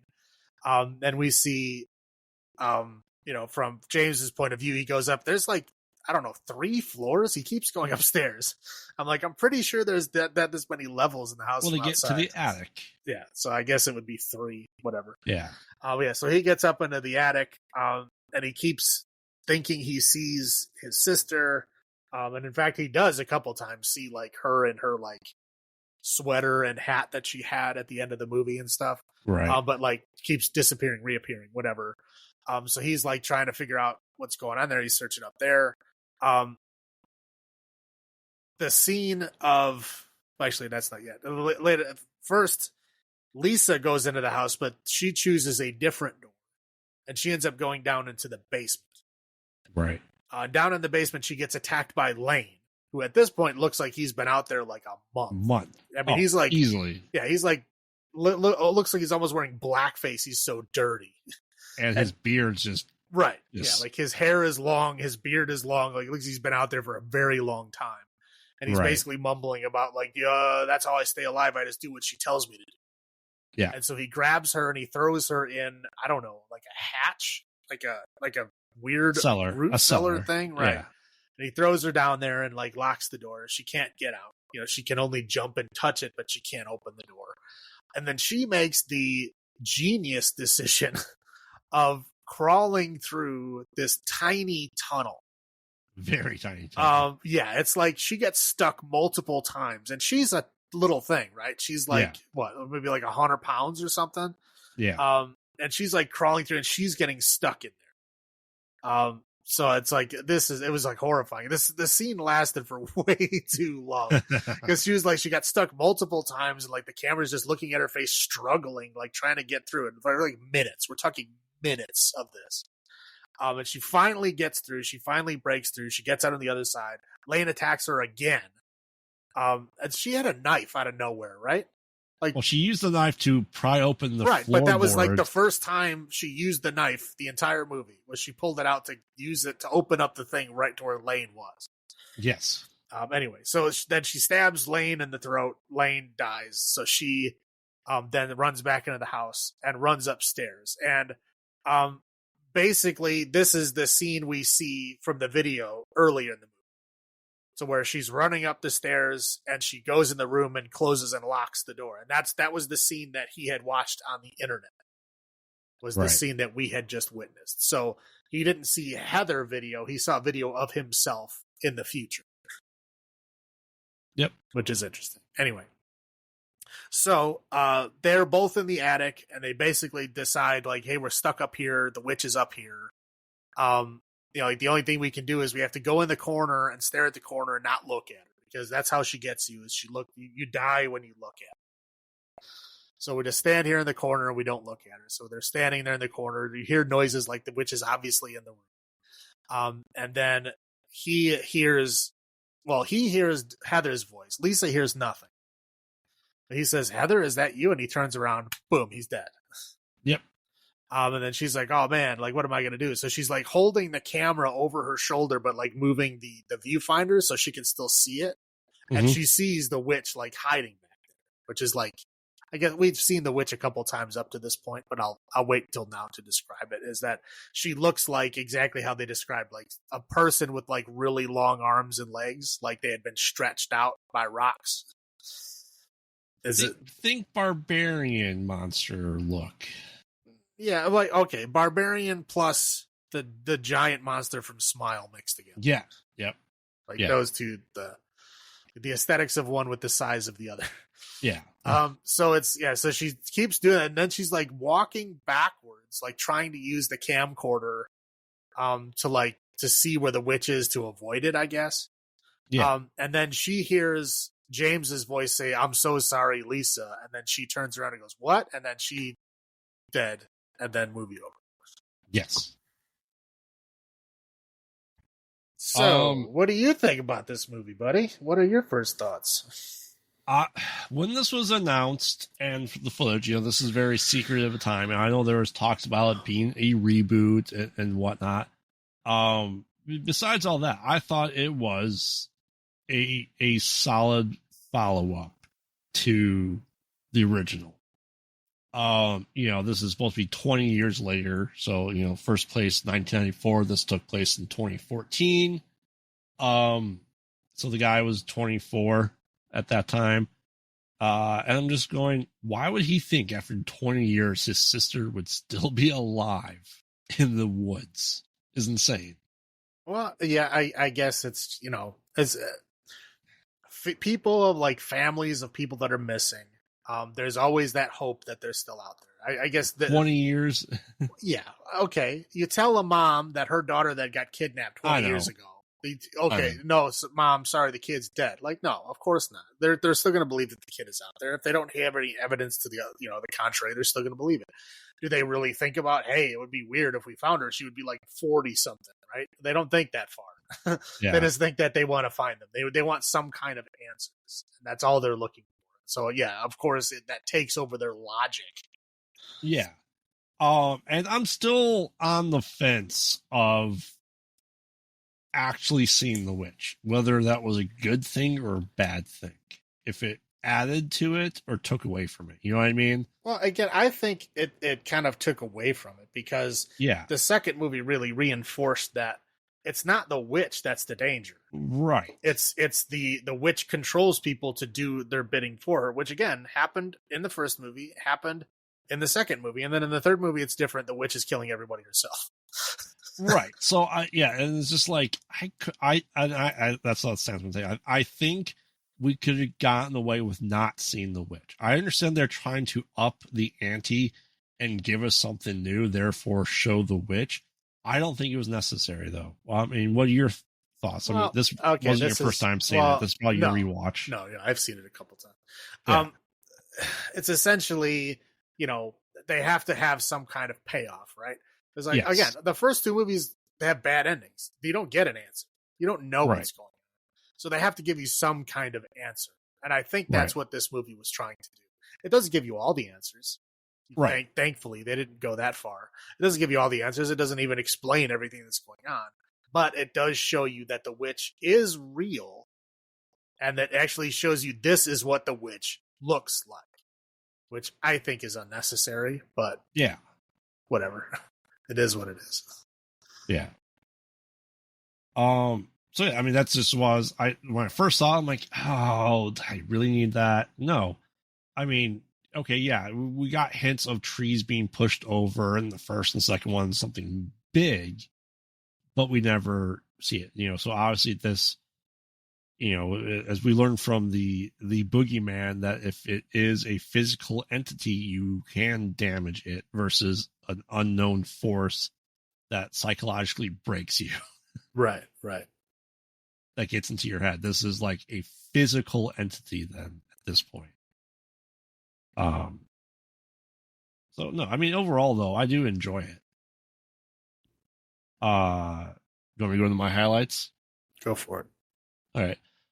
Despite it being 20 years later, and you know, in canonically in the movie time frame, and 16 years later, 17 from the original, I think it did good things that paid homage to the movies that came before. I think it was lore wise a good continuation, and realistically, you know, it showed, it took parts of the idea of the I don't want to say time travel, but the time paradoxes that could exist, right? Of people being able to, you know, like the house being there and not being there, and essentially existing in a different time space continuum.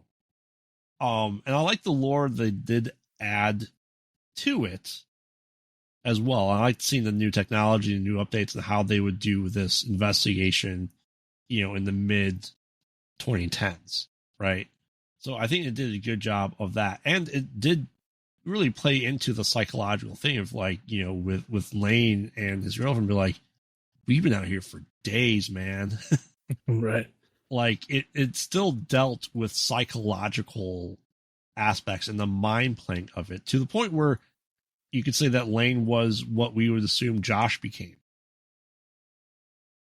right? Being essentially controlled or doing the bidding of the witch, whether physical or not.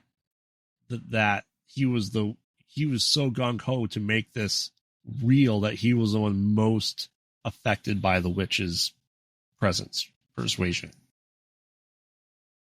Yeah, and obviously it was a lot more graphic, a lot more paranormal stuff in this, which you'd think was always very strongly hinted at.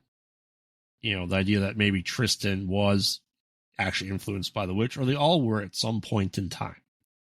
So it's nice to see that that part continues on. What about highlights for you? Let's see here. Now, they were playing a game in the movie earlier before they left for everything. They were actually playing a game. Now, very, very rarely in movies are they playing a real game. Most of the time it is some fake, like, you know, just something somebody whipped up in graphic design where they only show it for a little bit of time. It's like some fake animation or something like that. They were playing a full real game in this movie, which is very rare. Yes. And it was actually, you can see what game it was, and it was Borderlands. Yes. Which is, again, just very interesting to see an actual game being played in a movie. Yeah. And that it was actually clearly shown. Anyway, so I will say I do like how it was kind of sort of hinted at in the first two, that there was like kind of, you know, timey-wimey stuff going on, right? Yeah. But this one really stresses that there is now a time flux element to what's going on. Like, people are time traveling, or time is bending in different ways to, like, make it so that somebody wandering around for 5 days can't ever see the daylight. And also, like, you know, people that have been out there for 5 or 6 days are meeting people that have only been out there for 1 day. Right. So, right. Like, and time they also is moving differently. Right. And they also had that 7 a.m. alarm clock where it's still nighttime out. So it's like the night, it's still seemingly a single night to all of them, and probably the rest of the world So it's just like time is stretched out for them. Right. Well, yeah. Anyway, yeah. There's timey stuff going on. Who knows what really is going on? But the time and space is being stretched for sure. Yes. And like again, this house appears to exist only when they're in this weird time stretched version of it, because the house is old and like beat up and like leaking and stuff like that, right? Which means that it had to have been sitting there for decades. Now they burned down the house in the 40s. So the house doesn't exist in the real world. It's just the foundation. So only when you get into this like witch time bubble, whatever it's called, that's the only time that you ever see this time flux stuff. And then the house itself, I really like the house itself. It's definitely an upgraded version of the house from the first one. Like I know they tried to put certain like what you little bit you saw in the first movie, they did try to put that in this movie, but like they obviously went way further into the house and like gave the house a lot more character than they did before. Right. The steps up and down looked exactly the same. Right. Yeah. Like I said, because the first one, they really didn't explore that much of the house. No. Like they went up the stairs and that when they were at the landing of the stairs when Mike decided to run back down. So like that's all you saw. And then you saw like the stairs down in the basement and then that there was a basement. That was pretty much it. Like you didn't get to see a lot of it. And that part of it is in there, but there's also a lot more, which is again, just is interesting why they did that. Yeah. What do you got? For low points? Yes.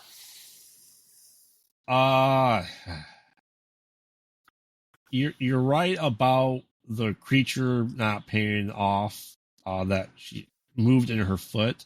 And I'll stick with that foot idea for a second there. All right. Yes, I understand you're trying to cross a creek, and you know when there's water flowing, rocks are sharp. Don't take your fucking shoes off crossing a creek. I'm sorry. I know you don't want your shoes to get wet, but you absolutely will get your foot cut. You know what I mean? Like, there's clearly could have been other spots to cross the creek. And like, if you're already going into your waist deep, like your shoes are the least of your concerns at that point in time. Don't get your foot cut open on a rock by going barefoot across stupid rocks. Like, I'm like, I would never do that. Like, that would never cross my mind to take my shoes off. I know, like, that's your protection. So she kept getting foot trauma because of her stupidity. Well, yeah, that's why if you're going hiking, you wear shoes that won't hold wetness for too long. Yes. And then you just walk through this stuff. Yes. That bothers me because I'm like, that is like a level of stupidity. Like, oh, you can, yeah, I would never do that. And you deserve to get your foot cut for doing that. And then poor what's her name? That got just broken in half, man. Talia. Yeah. Just like, I understand why they're like, oh, this is them. We're like, wouldn't you try to find your own talisman, essentially, your own voodoo doll, and like make sure nothing happens to it? Well, she was just like, hey, look, that's got my hair on it. And then Ashley was just like, she just like snapped it like immediately. Like, what was the point of that? Who cares? Yeah. Right. And then, yeah, the drone. Like, leave the drone. You didn't need to climb the tree. Like, she got close, like, oh, it's stuck. Weird. Why is it stuck? Yeah, what the hell is she going to do with it? It's dark. Right. There's no point in the drone other for her to fall out of the tree. Well, and again, and like also, like, okay, drone batteries don't last that long. If that thing was stuck in a tree, like going, ring, like it was, like trying to get out of the tree, that thing would have been dead in 30 minutes. Oh, easily. Especially a 2014 drone. Right. Yes. Yeah, it would have been dead in like no time at all. Like I said, and then I'll throw this in there. Seeing the witch took away the element of your imagination that to fill in what could have been. What about you? Yeah. And I really feel like they communicated in jump scares. Yes. I mean, like, constantly. They're, like, screaming someone's name, and then they just, like, sneak. Hello. Like, literally pop up right next to them. Every single character does it at least once. And, like, every they do the same thing, like, in the first one. They're screaming these people's names. In the first one, they legitimately just weren't there, okay? You're screaming into nothing, I get it. But, like, these people are, like, screaming their name. Instead of answering, they're just going to sneak up behind you and go, hey, what are you screaming about? Like, yeah. Really? Does this need to happen over and over and over again? I get it once or twice, but, like, they literally do it, like, 10 times. Right. It is just ridiculous. And again, the unlimited batteries. I mean, there's no way that those little tiny ear cameras lasted for, like, days without getting things changed. Like Bluetooth earbuds back in the day lasted 8 hours, right, without a camera, right, and you had to charge them, and obviously they're not charging anything, right? Yeah, ridiculous. But again, I know in order for the movie to exist, you have to, like, forget about that. I know. But goddamn that tunnel. Okay, if you're in a dry tunnel and it starts getting wet, that means you're going down. Okay, yes. If you're going down, no. Don't go down. You don't ever want to go down. Like, if it starts going down, get the hell out of there. I understand at that point you probably couldn't even back up, but, like, just a nightmare. But yeah, and again, in this movie with all the rest of them, the bad ending, which is not a low. It's like just kind of a neutral point, but they're all, like, they all end without an end. Like, there's no explanation, no closure, no nothing. So at least they kept that. Yeah. I wonder, did you play the Blair Witch game? No, I never did. I wonder if it explained anything. Maybe we should go back and play that and revisit it at some point. I highly doubt it, because I'm pretty sure I would have seen it somewhere. if someone explained anything, they would have for sure said that. I don't think. Okay. How many hanging totems do you give it? I don't hate it. A lot of people hate this one too. Really? The critic scores on this are abysmal. No, because it's being compared to the first one, unfortunately. Well, and that's the thing. Like, I don't get, like, this franchise. They all try to do their own different thing, right? Yeah, and they just get crucified for it, which is so stupid. Right. But I like it probably about as much as Book of Shadows, just for different reasons. So I'll give it a 6. I'll give it a 6 hanging totems out of 10. Okay, that's fair. I like this more than Book of Shadows. Despite seeing The Witch, like I said, we discussed this a lot of things that could be cut out that would make the movies better. Cutting out The Witch would have made things better easily. It's not as good as the original. I think it's still a solid entry in, like, a franchise that just doesn't give up regardless of all its setbacks it seems to always have from the original. Like, nothing's going to live up to the original, and they just have to be able to move past that. And I think as horror fans, we need to be able to move past that as well, right? Because we've seen franchises that just get awful really, really fast. And this is still a consistent franchise. Yeah, with only 3 movies, but, like, in 3 movies, by the 4th movie, a lot of these franchises, we are already past, like, all right, these need to go straight to DVD, and then the next 8 do. Right. But I will give this 7 hanging totems out of 10. I do rewatch this one often-ish. I probably do Blair Witch and Project and Blair Witch together more so than, throwing in Book of Shadows every time. But that's just my personal preference. I said I like Book of Shadows. I mean, I won't watch it by itself, but I like it as a companion piece to the first one. Right. I know there are, like, fan edits of Book of Shadows. I have not watched any of them yet, but I'm like curious. I'd be interested. I'm curious, because I know they said that they made a lot of changes that the director did not like in post-production. I would really like to see what it would be like without that. Yeah. I guess previous to that, it was like just pure psychological horror. Like they didn't like a lot of the the intercut, like them killing the other group. Yeah, like that wasn't even in the original version. Like those were in. They added that in reshoots. Oh, so like, but the original is like you get the intro right of like them going to the party, getting drunk and blacking out, not knowing what's going on, and then they go back to his house to figure it out. And then all of that stuff happens, which is like ambiguous. Like who knows what the hell is really going on? And then all of the like the interdispersed, like all the mental hospital stuff was gone. That was reshoots that they added later. So that stuff was not there at all. The thing of them murdering the other group, that stuff was not there at all. Because you know how it's like intercut throughout it. So like what's going on even though they don't. All that stuff wasn't there. So you don't get a hint as to what's going on until the end. Like I know that they show little bits and pieces of that interrogation throughout the movie. They pushed it. That was originally all one scene, but it was at the very end of the movie.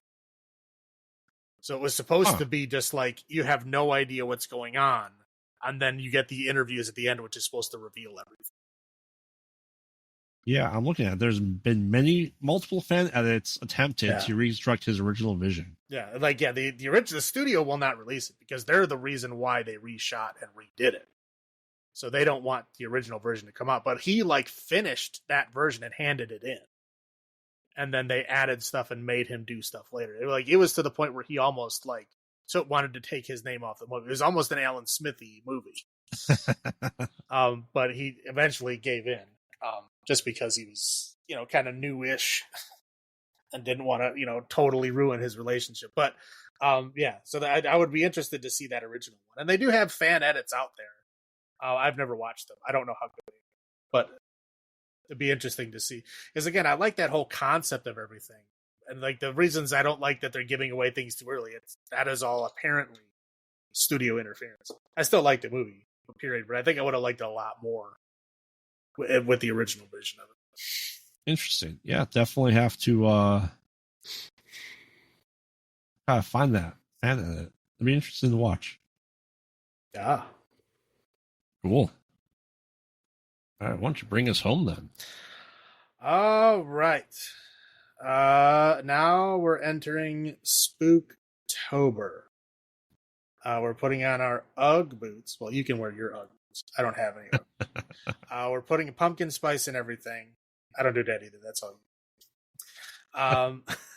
And we pick Live or Die as we spiral into Jigsaw's world and get reborn again, appreciating life. Unless, of course, Hoffman or Amanda put us there. Then we're just screwed. It's time again to cozy up with us 2 days a week, all through October. So we're speed running October here and doing 2 episodes per week. Yep. Which is, we're doing 3 movies per episode. So there's a whole lot of movies in October that we're watching. Yes. So let's play a game. Or would you like to play a game? Yes. Remember, we watch bad movies, so you don't have to. This has been Graveyard saying, have you checked on the children? This is Salem saying, long live the new flesh. Good night.